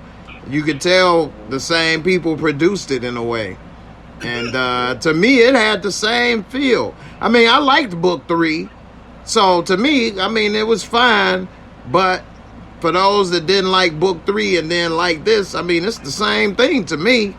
But, you know, we'll get into it. Big L, you over there doing the face plant, man. What's up, man? What you thought about this show, man? What's up? This was flames, bro. Like, I really enjoyed it. I really enjoyed it, man. Meech is that little nigga right there. Hey, bro, that little nigga right there, man, something else, man. Bro, I'm interested in seeing the rest of this season. And then they're showing you, they're tackling this first. Because remember, his brother gained some weight and he had a bad eye. So he gonna survive this, you know what I'm saying? If you know the bio, you know what I'm saying? So like, but you don't like prequels, so I'm surprised you like knowing that. Yeah, you know what I'm saying? It's gonna be dope, man. It's grabbing me, it's gripping me. Everything it's supposed to do. How he was in there, he took the radio out, set it on the table, took his shirt off. If you from the hood and seen niggas bag up shit, that's what they do. Like, that's real. You know what I'm saying? It's nice, man. It's beautiful, man. That man Meech is if I was ever. I ain't gonna say my business, but if I was ever to really get into that like that, I would be Meech, bro. He's a humble dude. He cool. You know what I'm saying? He a cool cat. He dope. This is gonna be a dope ass show, bro. I'm excited. Definitely a breath of fresh air. Yeah, Jimbo said the show was more interesting all the way through, and they show Mo naked with Cash Doll. I know Shorty was thicker than a Snicker, boy. Chocolate. She's from Detroit too. Oh, yeah. I ain't know who she was, but I like to get to know who she was. Don't get put on punishment, boy. You have a sleeping bag. Yo, she is very beautiful, man. Beautiful black woman, man. Oh, my God. Yeah, it was a good representation of that lady right there on that. Now, as far as the show, what I would say about it, I think that it was about a 7.5. What would you rate it, L? 8. 8. Solid 8. Okay, I would give it about a 7.5, maybe a 8. I like how it ended, with the leaving you on the cliffhanger, wanting to see more. But it's the same show. Same theme that we've seen. I like this type of genre though, but it seems that it's the same thing. But it was cool. It was good. Looking at what happened at the end though, I was definitely like, damn, it's over. So I definitely want to see the second episode. See what happened with dude that popped him in the eye. It seemed that a lot of people are losing eyes in these shows back to back. They ain't gonna see eye to eye in this piece no time soon. But he come in there taking care of his family. He brought food in there. I brought some Chinese food, like little nigga running stuff, man, from the beginning. Like, it's crazy, bro. It's gonna be a good show. Right. Larry said it was trash. Yeah, Miss Earlene, Ignore him, bro. I'm done. I can't eat. Wow. I didn't give it a straight 8. That's the only other reason I give it a straight 8. That whole theme of, I started selling drugs because my family was poor, and my dad is working, and he don't really get down with what I'm doing. Like, I've seen that too many times already. Right. Yeah, but it doesn't. That's the story, though. Shit. Yeah, it doesn't show. They just putting it back to back to back. It's just, it's not an original story. And so, it's not, doesn't mean it's bad. I'm not on Larry's side with saying it's trash because of that. Larry whole thing is he thinks that people can't differentiate the difference between entertainment and reality, or because this is showing drug dealers and this and that, this story, that it shouldn't be on TV because it makes black people look bad, or it may inspire people to be a drug dealer or something to that effect, or like people can't tell the difference from entertainment or anything. Like, nobody says that the Italians don't complain about The Sopranos or The Many Saints of Newark. You don't see the Asians talking about karate or something like that movie or something, you know what I mean, or something to that effect, and different things. So complaining about Narcos. Right, or Arnold Schwarzenegger, who's complaining all the people he killed in movies, or Bruce Willis or Sylvester Stallone, you know. The dude so that played the dad, was he in Straight Outta Compton? He was in he was in Heights. he been in a lot of stuff. He's a really good actor. What I remember him the most from recently is The Hate You Give. Yeah, I didn't see that. That was good. He was good in that. So he says, Larry says, I think there has to be a balance in the Italians to complain about it all the time. Wait a minute. I think there has to be balance and the Italians to complain about it all. I don't know what you mean by that. But the balance falls on the individual. Italians do complain about it all the time. Okay, I never seen or heard about that. But the balance falls on the individual. So none of us can tell what everybody else watches. For example, I watch Marvel movies. I watch Star Wars. I watch Billions. I watch Succession. I watched, documentaries. I watched Bill Maher. Last week tonight, I watched this. I watched The Walking Dead. I watch all kind of stuff. So because I watch this, I watch sports. So you can't say because I watch this that I might be inspired to do this or that. Like my son, he watch all kind of stuff. He's not trying to do this stuff because some people look at this and learn from the example. That's a true story. So although you see them making money, you saw this dude get shot in the face. Maybe you realize, you know what? Damn, they was wearing fur coats and stuff, but maybe I don't want to get shot in the eyeball for it. You know what I'm saying? So you have to look at it as people, slow down your complaints then, Larry. Yeah. You could have came on the air, Larry. You can't let this stuff get to you like that, bro. You have to keep in mind that most people are consenting adults that watch this, and they have enough sense to see this stuff and discern that this is not what they want to do. Majority of black Americans and Americans don't live this kind of life anyway. That's why they look at it as entertainment. You know what I mean? Larry can only see life through the prism of his own, experiences. I don't think he's able to put himself in other people's views and view life through their experiences. Because if he could, then he would be able to understand the situations that's going on. Mm-hmm. Exactly. I mean, go ahead. He's very intelligent. You can tell that, but he just can't. He can't understand and see other people's lives. Yeah. Through. I think his intelligence, Larry. Your intelligence sometimes work against you. You overthink it. You overanalyze it. You overthink it. You overanalyze it. Go ahead, Pape. What is you saying?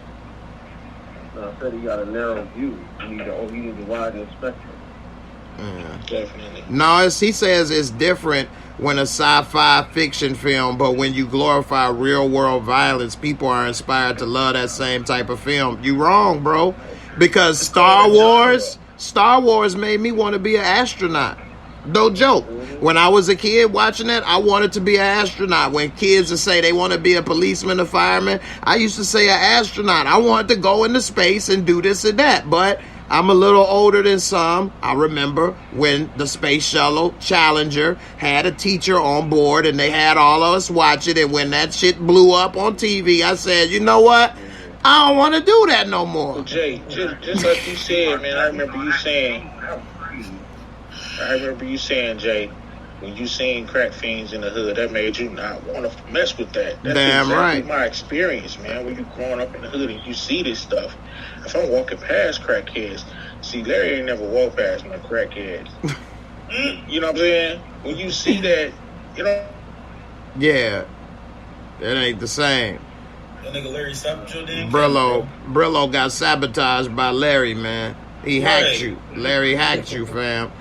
Miss Erlene, you say there really should be more depiction of regular black families on TV that are not in the drug game. That's true. But then we as consumers have to support it. Me as a entertainment provider on a very small scale, I try to talk about different shows and reviews about different stuff. People don't watch it. People don't watch it. I have people, and I ain't gonna name some of the names, but they love to come and watch my reviews for Power and The Chi and other stuff. But when I talk about other shows or this or that, they won't come and support it. Or they'll say, well, I don't watch those shows. Well, you're still not watching the show. You watching me. You supporting me. You know, you may never know. Your mind may get opened up and expand to say, you know what? I'm going to give that a try. But we don't support those kind of shows. How many people watch Blackish? Or what was that show on Netflix? What was that with, it was similar to like Curb Your Enthusiasm, but it was the black family. I don't know what that is. No. See what I mean? You ever watch Animal Kingdom, Jay? Nope, I ain't never saw that. Now I do know what it is because Moochie put me on to it, but I didn't see it. Yeah, that's about black people. No, they're white boys. They're a family of thieves. Like they go around robbing people. Right. So but yeah, man. Everybody doesn't see this stuff and then want to do it. People can still, whether it's sci-fi or, Sons of Anarchy, then you don't see people saying you shouldn't put that in there because it's a motorcycle gang. How many people going to want to get a motorcycle and start doing that? That was a good show. Black AF, that's what it is. Blackish and Black AF. So, yeah, a lot of people watch it. I didn't like it because it seemed kind of corny. I didn't relate to a rich black dude that acted like a white family and was married to a white woman. So I didn't like that show. But if somebody did, more power to them. A lot of the jokes that they say. Black AF, it's on Netflix. It's not like The Cosby Show. Have you all seen Curb Your Enthusiasm? I haven't seen it. No. Now that's with Larry David, who's a white Jewish guy. Although I'm not white Jewish and this and that, I like that better than Black AF because I'm looking at something and experiencing an experience that I would never be able to see or do. Similar to like if I'm looking at this drug genre, I'm not going to do that or be a part of that. So I'm getting insight and looking at something that I'm not going to do. Well, his wife is Quincy Jones' daughter that she's what's her name? Not Kidada Jones. Jones. She looks white.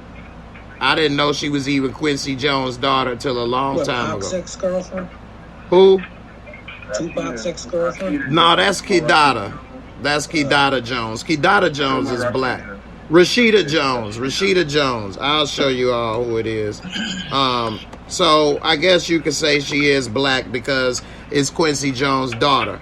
But it doesn't seem, it's hard to say, man. I'm not trying to throw any shade on her or anything or say this or that, but she doesn't seem like a black woman, and it doesn't seem like that type of show. When I watched it, it wasn't for me. It seemed kind of yuppie, like a yuppie show, so it wasn't something that I enjoyed. But if somebody else do, more power to them, so, let me see this. But, it's a lot of different stuff out here to check out and things. And the thing is, we just got to watch and support it. And more people will, gravitate towards it. How many people watch Work in Progress? Nah, I'm joking right there. You don't have to watch this stuff though. That's why some people complain about it. You don't have to watch it. But what we saying is, some people say it should. This is Rashida Jones. Okay. So, you know, she looked like a white woman. Exactly. So, and she doesn't act like a black woman. She does have a little color in her. She darker than me right now, but that's because I had health issues and things. So, but anyway, it's not about the darkness of your skin either, because it's how she carries herself and acts and things. Black #BlackAF. No wonder I couldn't pull it up. So this is it. He's a writer, and in Hollywood, he rich as can be in here. Got the family. They be having rich kid problems and different stuff, and it's on Netflix. You all can check it out. And you know, I started to do a review on it when it first came out, and I couldn't watch that much of it because it wasn't for me. But you know, to each his own. I ain't gonna hate on nobody. So, you know, Kenya Barris, he plays himself, a version of himself, similar to Curb Your Enthusiasm with Larry David. And like I say, I like to Curb Your Enthusiasm because it's actually the original of this, basically. And you get to see a different side that you really wouldn't see. I guess you could say you don't get to see how a rich black family may live in Hollywood in a way, but it just didn't land the same with me. I gotta get out of here, Jay, but it was good talking to you. Yeah, man, where you been, man? I ain't seen you in a while. Right. Yeah, I've been busy. All right, man. You been healthy, man? Look like you done got a shave and a haircut, trimmed it up. Nah, not yet. I'm about to go to the barber tomorrow, though. All right, Yes, man. sir. Don't Hey, be, you already don't know be, what it is, man. yeah, don't be gone so long. I sent you something on Instagram. I might have reminded you about me, huh? I didn't see it. I got it. Okay. Don't worry about it. It wasn't worth nothing, no way. You being real. All right, fam. Go Birds. Yeah. Go Birds. Later. Whatever. All right. So, yeah, man. I mean, it is what it is, man. Back to B.M.F. I think that the show was pretty good overall for the genre and what they was trying to portray. I like to see just true stories in general. True stories always seem, you know, pretty good and how things go down. One of the things you said you like right here is you said they was seem realistic how they had their shirt off cooking in the kitchen making that product, man.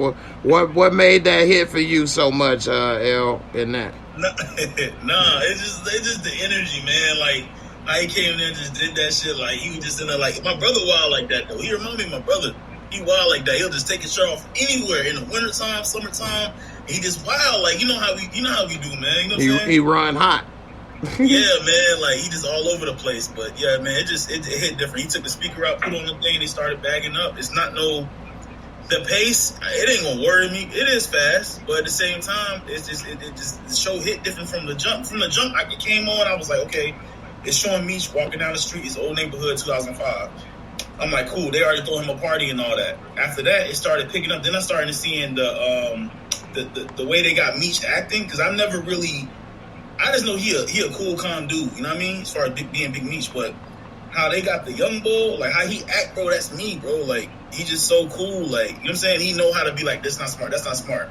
And they have we seen a gunshot at the end, but it's not like, oh, we're gonna use murder to start off the show. It's B.M.F. murder. No, they're talking. It's called like finesse the mind. You know what I'm saying? They showing them in school being intelligent. That's dope.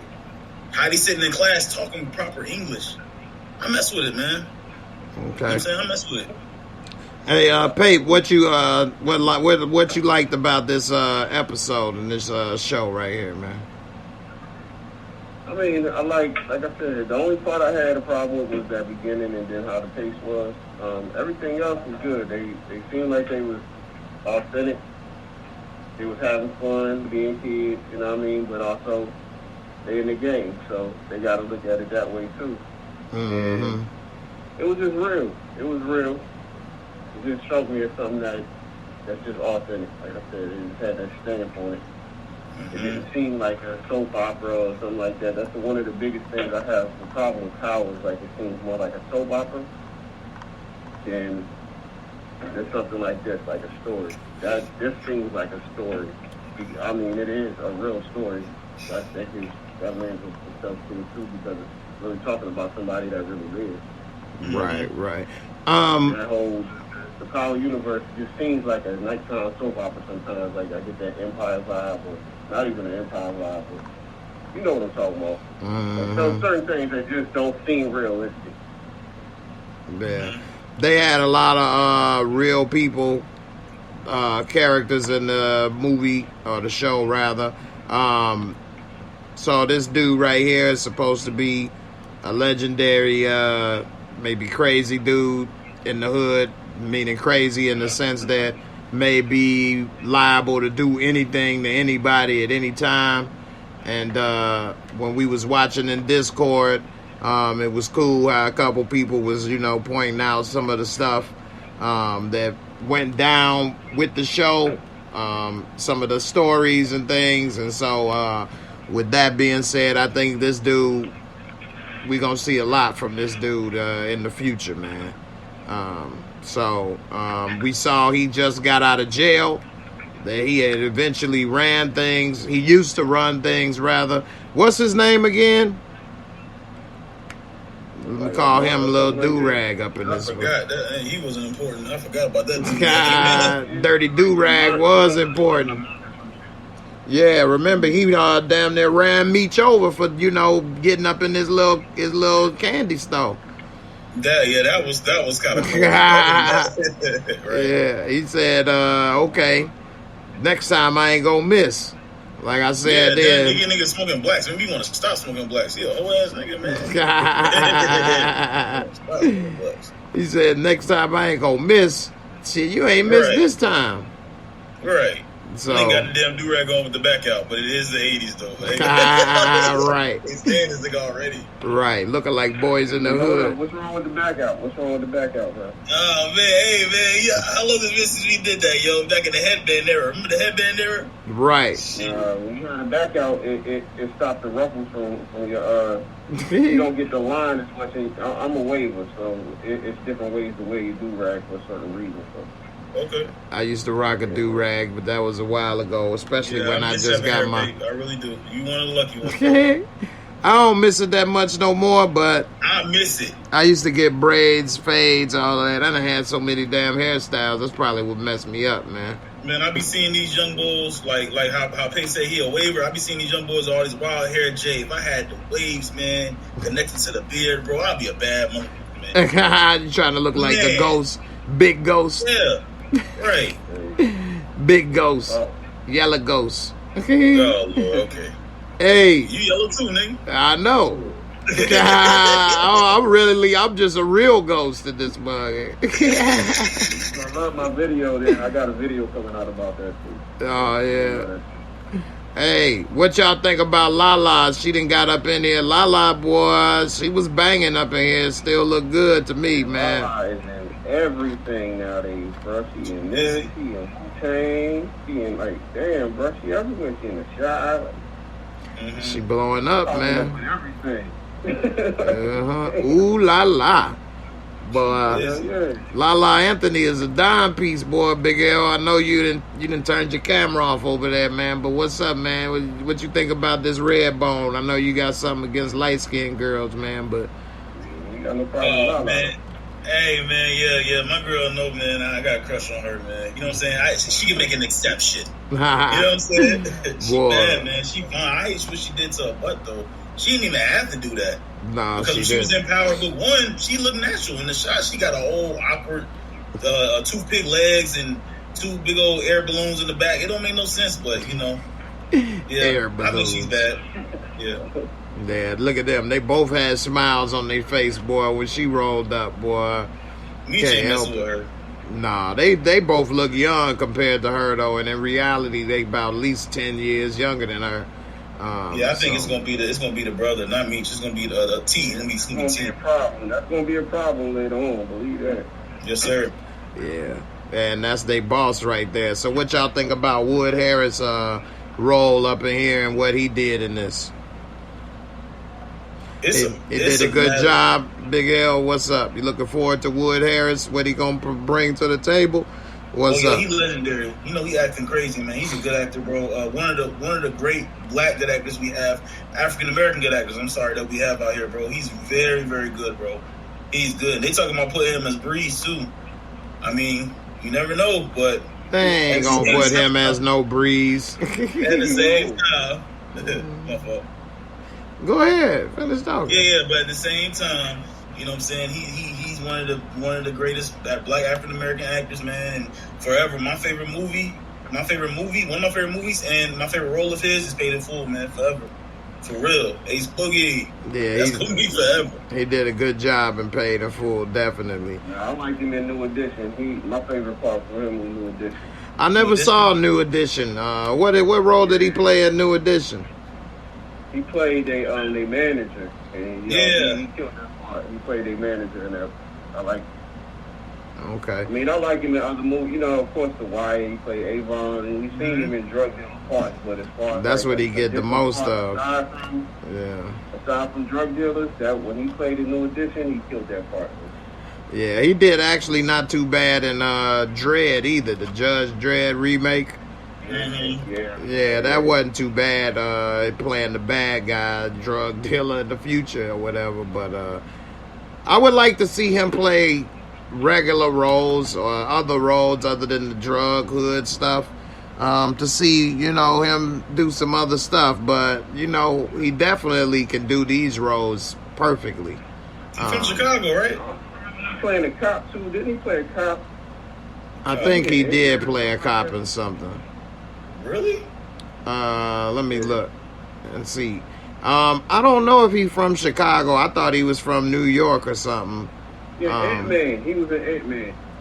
Yeah, he was an Ant-Man. And the first one as a cop. No, the second one. Yeah, he was the first one as a cop. Yeah. He's from Chicago. I never knew that. No wonder he's such a great actor. Oh, Lord. That explains it all right there. Damn, he is from Chicago. Wow. I did not know that. That's another thing I like to see, that his brother was in there with him too. Like, I don't get to see them in a lot of stuff together. Yeah, and I didn't know that was his brother. We was watching in Discord and y'all told me, and I was surprised. His brother always play a cop. And he playing a dirty cop in this right here. But that was funny. As soon as y'all show me who he is, I'm like, oh yeah, he always play a cop. They like, hey, yeah, he play a cop in this. But damn, Wood Harris. From the practice, I used to watch the practice. He was in there. Okay. So yeah, Wood Harris show was in that new Space Jam. I watched half of that and I was surprised when I saw him. But that movie was so bad though, I couldn't even finish watching it. But I'm pretty sure he got a nice little change for that. So hey, I can't be mad at you. I'd have popped myself up in there too. Shit, you break me off of $100,000, shoot, I'll be in there. Money, I mean, that Looney Tunes money. Damn right. Damn right. So yeah, he been in a lot. He was in Blade Runner, the remake too. I forgot all about that. Creed Part 2. So yeah, he has been around and some other stuff. It's just, it seems that these hood roles are always his biggest roles. He was in Rick Ross' video Thug Cry 2014. I ain't even seen that. Ant-Man, yeah. So yeah, he been around the baby makers. Hawaii 5-0, Southland. Next Day Air, he was good in Next Day Air. Definitely was good in Next Day Air. Y'all seen Next Day Air? Yeah. Everybody gets shot up at the end. Well, now you just spoiled it. Whoever didn't see it watching. I apologize. They're about 7 years late though, so. Yeah, Next Day Air, Bud the Rim, he was dope. So, you know, I like this episode overall. It was a good intro. It got me interested to see more of the show. We saw that, you know, Meech, he gonna be the mastermind with the vision. and that Terry, he got the brains. He was smart in school, and it seemed that this part of the show, they showed that he was tired of working for Wood Harris, and that they wanted their own money so that they can make their own moves and not have to answer to nobody. And so we'll see, how it all works out and how they grow. One of the stories, well, the story behind it, since we know it's a prequel, rather a true story, is they did become, I think, the largest movers of coke. I know in the Midwest, but I think in the U.S. at that time period. So we'll see what happens with that in the end. So before we get ready to get up out of here, anybody want to add to anything or say anything about this show before we move on? I'm looking forward to it. About it. Yeah, definitely. I saw when dude got popped at the end. I knew it was about to happen because they had it set up that way. Everything was going too smooth. Just had a baby, Terry. That's fire in the car. Right. And they didn't have their guard up. One thing, I mean, I did have a benefit of being younger than them. So when we was, living a little bit of that life, we always looked both ways coming out the house, let alone crossing the street. And always had our heads on the swivel back in the day. So, and I never was even close to driving Mercedes and making money and doing all type of stuff like these dudes was. It just, we learned, you never know what may happen, and be careful out there in them streets. And so, these dudes, he was slipping, got caught slipping, and unfortunately they popped him. So before we get up out of here, we got 79 likes. Can I get to 100 likes so I can play this video? We real close. We got 134 people still watching. You know who you are if you ain't hit the like. You watched all this time. You must have liked it. Go ahead and hit that like. Let me play this video before we go so that everybody can get one more laugh for the road. One more for the road. Yeah. And that was the end of the first era around this time. And the first era of the drug kingpins from crack and all of that stuff was in the 80s. I'll be right back. I gotta say something. I'll be right back. All right. Yeah, that was in the 80s. The cocaine was in the 70s, and then the crack era, where they had the street dudes making that money, was in the 80s. And then they had the 90s was the second era with Nino Brown. And, things was that way. And then, the 2000s, people stopped being on the corners as much as they used to be and started getting, a little more sophisticated with how they do stuff. And so, the days of just standing on a corner and people driving by like they was at Mickey D's and stuff, that's kind of over with. Doing them hand to hand playing the corner no more. Them days is over with, bro. Yeah, for real. So, that was a long time ago. They're in for an era. I want to see. Oh, that's what I was gonna say. I want to see. 50 is doing bios and origin stories about real life people, right? I want to see him do something on Suge, man. That would be dope.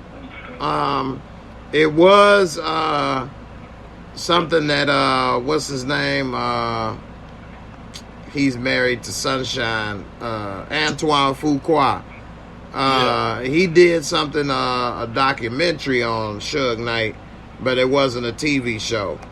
And, Suge Knight has a hell of a story, man. A hell of a story, man. He lived a crazy life.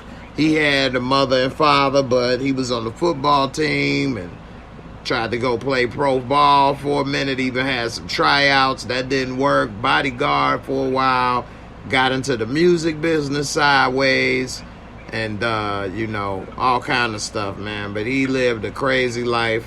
And, that would definitely be a hell of a TV show. I'm with you on that. I would like to see that. You know, that would be interesting. Well, if you all would like to see a Suge Knight TV show based on his story, type a 1 in the comments. If y'all wouldn't be interested in the Suge Knight TV show, press a 2. I'm gonna say it's a 1. I would like to see that. Larry, you said you was gonna come through right quick, but you about to be done. Man, what you about to come through quick? Stop lying. We've been on here for 2 hours, man. What you was waiting on? Oh, gosh. Your ass wasn't about to come through right quick. Don't front. Hey, yeah, he's scared of pay. Now, He was waiting for Paperboy to leave. Shoot, we've been on here for 2 hours and 5 minutes. When was you gonna finally come, man? Late, Larry. It's all good, Larry, man. Just save it, man. Right. Like you said, this ain't for you no more. You don't see it the same way. It's all good. You know. Okay. Yeah, there you go, man. Come on, send the link. Come on, send the link. It's over, man. I'm not about to be on here for another hour. Yeah. As you know, you get long-winded, bro. I put the link in earlier. I put the link in at 1 hour and like 6 minutes on the show, an hour ago. So, you know, it's all good, man. You come on through tomorrow, Larry. You get your chance tomorrow, man. We come in Discord chat. You still come in Discord chat. So, yeah, you can still come in Discord and chat with us, man. But, you know, this show is over, fam. The bar is closed, baby. But, you know, I appreciate it, man. Yeah. Definitely you can come on through tomorrow like we always do on Mondays. And this might be your last show. Like you said, you're going to stop doing this stuff. So you got to come through for your last shebang, man. Go out with a bang, man. So it's all good. Hey, you got a few questions? Just come on through in Discord, man. And then, you know, we can answer some of them questions tomorrow as well for everybody else. I want to thank everybody for watching. Let's see. We had 91 likes. Come on. It's 9 more people out there. And I got these videos, man. You good? You going to have a great time tomorrow? Okay, well, I'm happy for you, fam. We will too. And that's what life is all about, man. We got to make the most of the time we got and have a good time either way. So, you know, appreciate you. We definitely have a good time tomorrow as well. And, you know, I wish nothing but the best for you, man. You know, I like to hear dissenting opinions, but I guess some people, you know, don't like to give them or can't take them or both. And that's unfortunate, man. That's the way the world works, man. We learn things either way. You know, you got to keep an open mind. And I don't believe in cancel culture or bullying. So, you know, but if you say this show, you can't watch these things without feeling a certain way, then I don't want you to get traumatized or anybody else. Somebody told me on Discord that they got traumatized from watching Power Book 3. That was mind-blowing to me, but at the same time, I don't want them to watch a show, a TV show, and get traumatized. I mean, life is traumatic enough. A lot of things that I've lived, TV show, even this stuff, this violent, is entertainment to me. It's like watching a cartoon. But to some, you know, it activates something up in them. So with that, I would tell that person, if you recognize that, whoever you may be, don't watch the stuff. You know, like when I watch Lifetime movies, it activates something in me. It's called boredom. It's called boredom and sleep. So I don't watch it. But that's me. You know, everybody don't have to like the same genre. I don't watch Tyler Perry movies. That activates something in me too. And so I don't watch that. Some people love it. More power to you. Enjoy it. Some people are indifferent. More power to you. I'm not gonna say because you watch that, now you're gonna start to put on the dress. Or you or it's a bad example of a black man and we need to do this and do that. You know. But if that's how people feel, you're entitled to your opinion and your feelings. Just keep in mind that, you know, everybody is entitled to their own opinion, feelings, and everybody doesn't think that way. You know, so we gotta give each other more credit in life. You know, and we gotta be able to respectfully disagree in this world as well. You know, like me and Pape, we done talked about this before we came on the show about rock, but we still, that's my boy, and we still can move on and respectfully disagree. You know what I mean? That's fine. You know, that's it. Everybody should be. Unfortunately, everybody doesn't see it that way. Some people just have to be right all the time, and it makes it hard for other people. But I mean, you really can't. If you live your life like that, you're gonna be stressful. Man, for real. And it's some things that I didn't agree or see, and people have made points, and then I saw it differently and changed my mind. You know, L was talking about how horrible the show was at first. Didn't care about nobody on book 3. He still didn't end up saying it was great, but he did come around and say it wasn't as bad as he originally thought. Between the first and the last episode, it's been a big difference. It has been a big difference. So, you know, and if y'all was in Discord, y'all would have heard all these damn theories and stuff he got, and he was all hyped up. And I think you got a little let down. This ain't none of them happened, but I'm with you. That wasn't the best finale. You know, so I didn't like that as a finale either. Teresa says she liked the Korean genre. I don't even know what that is. Me? Unless you talk about the X-rated version or something. So y'all gotta look at it like this, right? Were they working at B.M.F? Were they working on B.M.F and Raising Canaan at the same time? Probably. Yeah. I don't think that's 50 and Courtney Kim's best. They're not good at that. You don't see it?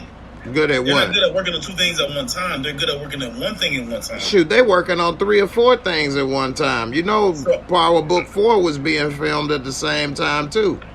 Yeah, but I mean... And Book 2 has been filmed. I hope Book 2 and Tommy don't suffer, man. They all filmed in different locations, though. Like, Book 4 is in... My girl Tasha Smith need her props. Yeah. On that first B.M.F episode, but she directed that, and she did a hell of a job. I love seeing people who step their game up from actor to director. Like that's love, man. And that's another thing that people don't point out. They don't point out all the opportunities and stuff that people like 50 Cent give out to new actors and that's true. And all kinds of stuff, man. You have to make a pathway for people to do the things that they need to do. Right. And they give people opportunities, like you said, yeah. Because that's a lot of jobs being created. Most people skip the credits, but when you actually there and you see all those people, those are real people with real jobs. And when you boycott or say you don't want to watch or ban certain things, you are taking away jobs from people. Mm-hmm. You know, and... at the end of the day, it's entertainment. It's the entertainment business. Right. You know. Not that serious. Yeah, if that genre's not for you, that's why it's a lot of different genres, right? I don't really get down with scary movies. Not that I'm scared. It's the problem is that I'm not scared. They corny. Candyman. Don't say his name in the movie. He's playing Michael Myers. That's who don't die. Right. That, I got this AR-15. You seen it. Don't die. We about to find out. Welcome to my world, bitch. Right. Yeah. What did you say, mate? I said, do the same thing he do to everybody else. Chop him up. Right. Yeah, word. Straight up. I'm about to take them knees out. Put him in a wood chip and call it a day. Right. I ain't gonna lie. That movie next year, Halloween ends, bro. I want to see how they gonna take this nigga out, bro. That movie gonna be sold out. How they gonna take this nigga out, bro? How? It's been 30 years. The hell? And that's a whole nother story. So that's another reason why I don't really rock with that stuff. So, you know, it need to be a little better than that. But House in the Woods, A Cabin in the Woods, that was interesting. It wasn't scary, but I like how they kind of was doing that. That was good. Y'all seen Cabin in the Woods? No. Yeah, at the end. Yeah, I seen it at the end. They had that whole game and all that stuff. That was crazy. Yeah, Cabin in the Woods was dope. I should put that on in Discord. It had Thor in it before he was young. I'll show you Cabin in the Woods. I'm waiting. I'm trying to give everybody some time. We had 96 likes. I need 4 more likes. It's 126 people up in here. I'm trying to wait to get these 4 likes, man. What's up, y'all? Come on through. Come on through with these 4 likes, man. Y'all in there holding out on your button pushing, man. Push the damn button. Come on now. You done got entertained for over 2 hours for free on YouTube. Go ahead and push them 4 buttons. You know who you is. Help your boy out. Okay? You gonna make me beg for a thumbs up. Come on now. Yeah.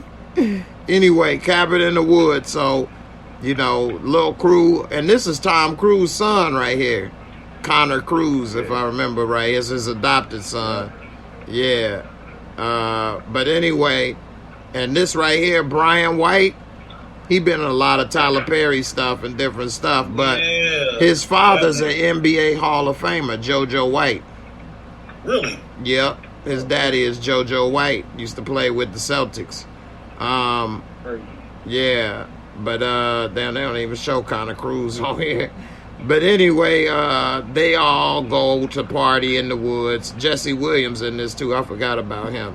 Bradley Whitford, I like Bradley Whitford.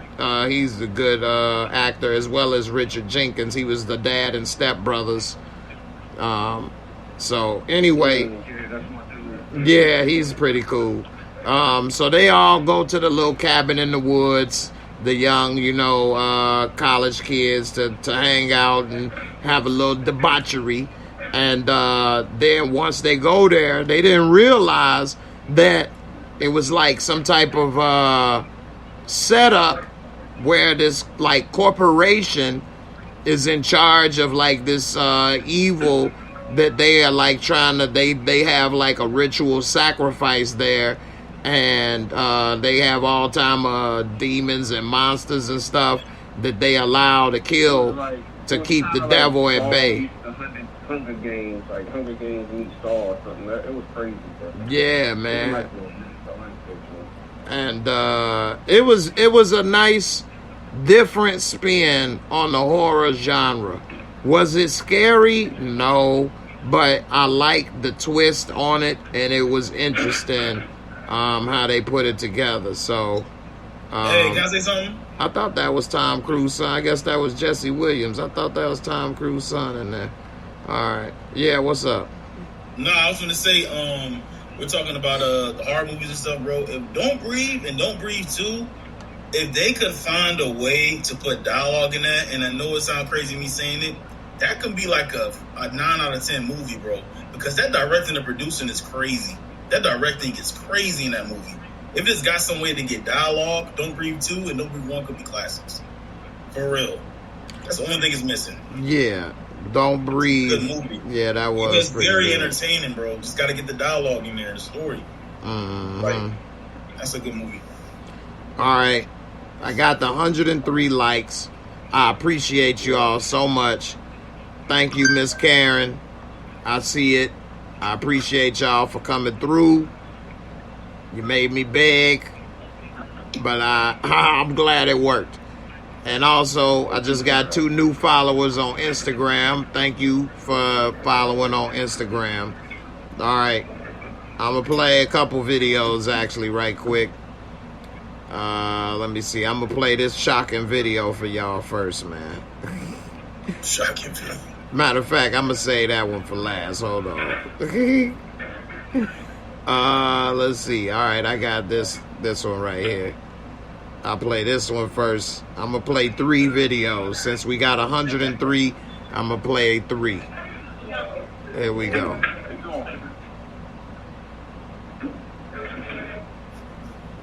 I hear a bunch of stuff. Hold on. All right, here we go. И раз, два, три прихлопа. Раз, два. Оп, оп, оп, оп, оп. Gotta stay in shape, man. You can't let the cold get to you. And Bebe's kids, little man.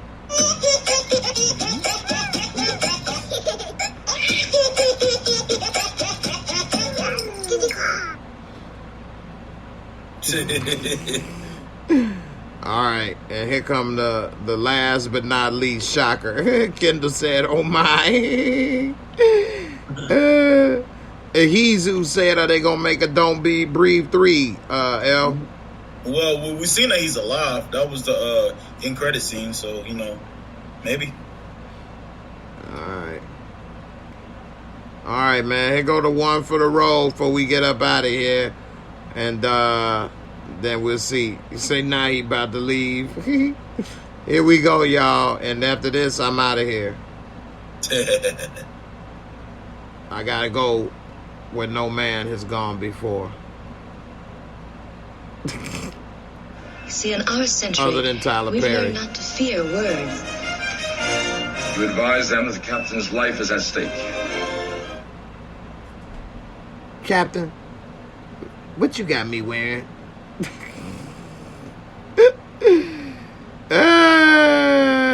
On that note. Crazy, G. And on that note, see what I do for y'all?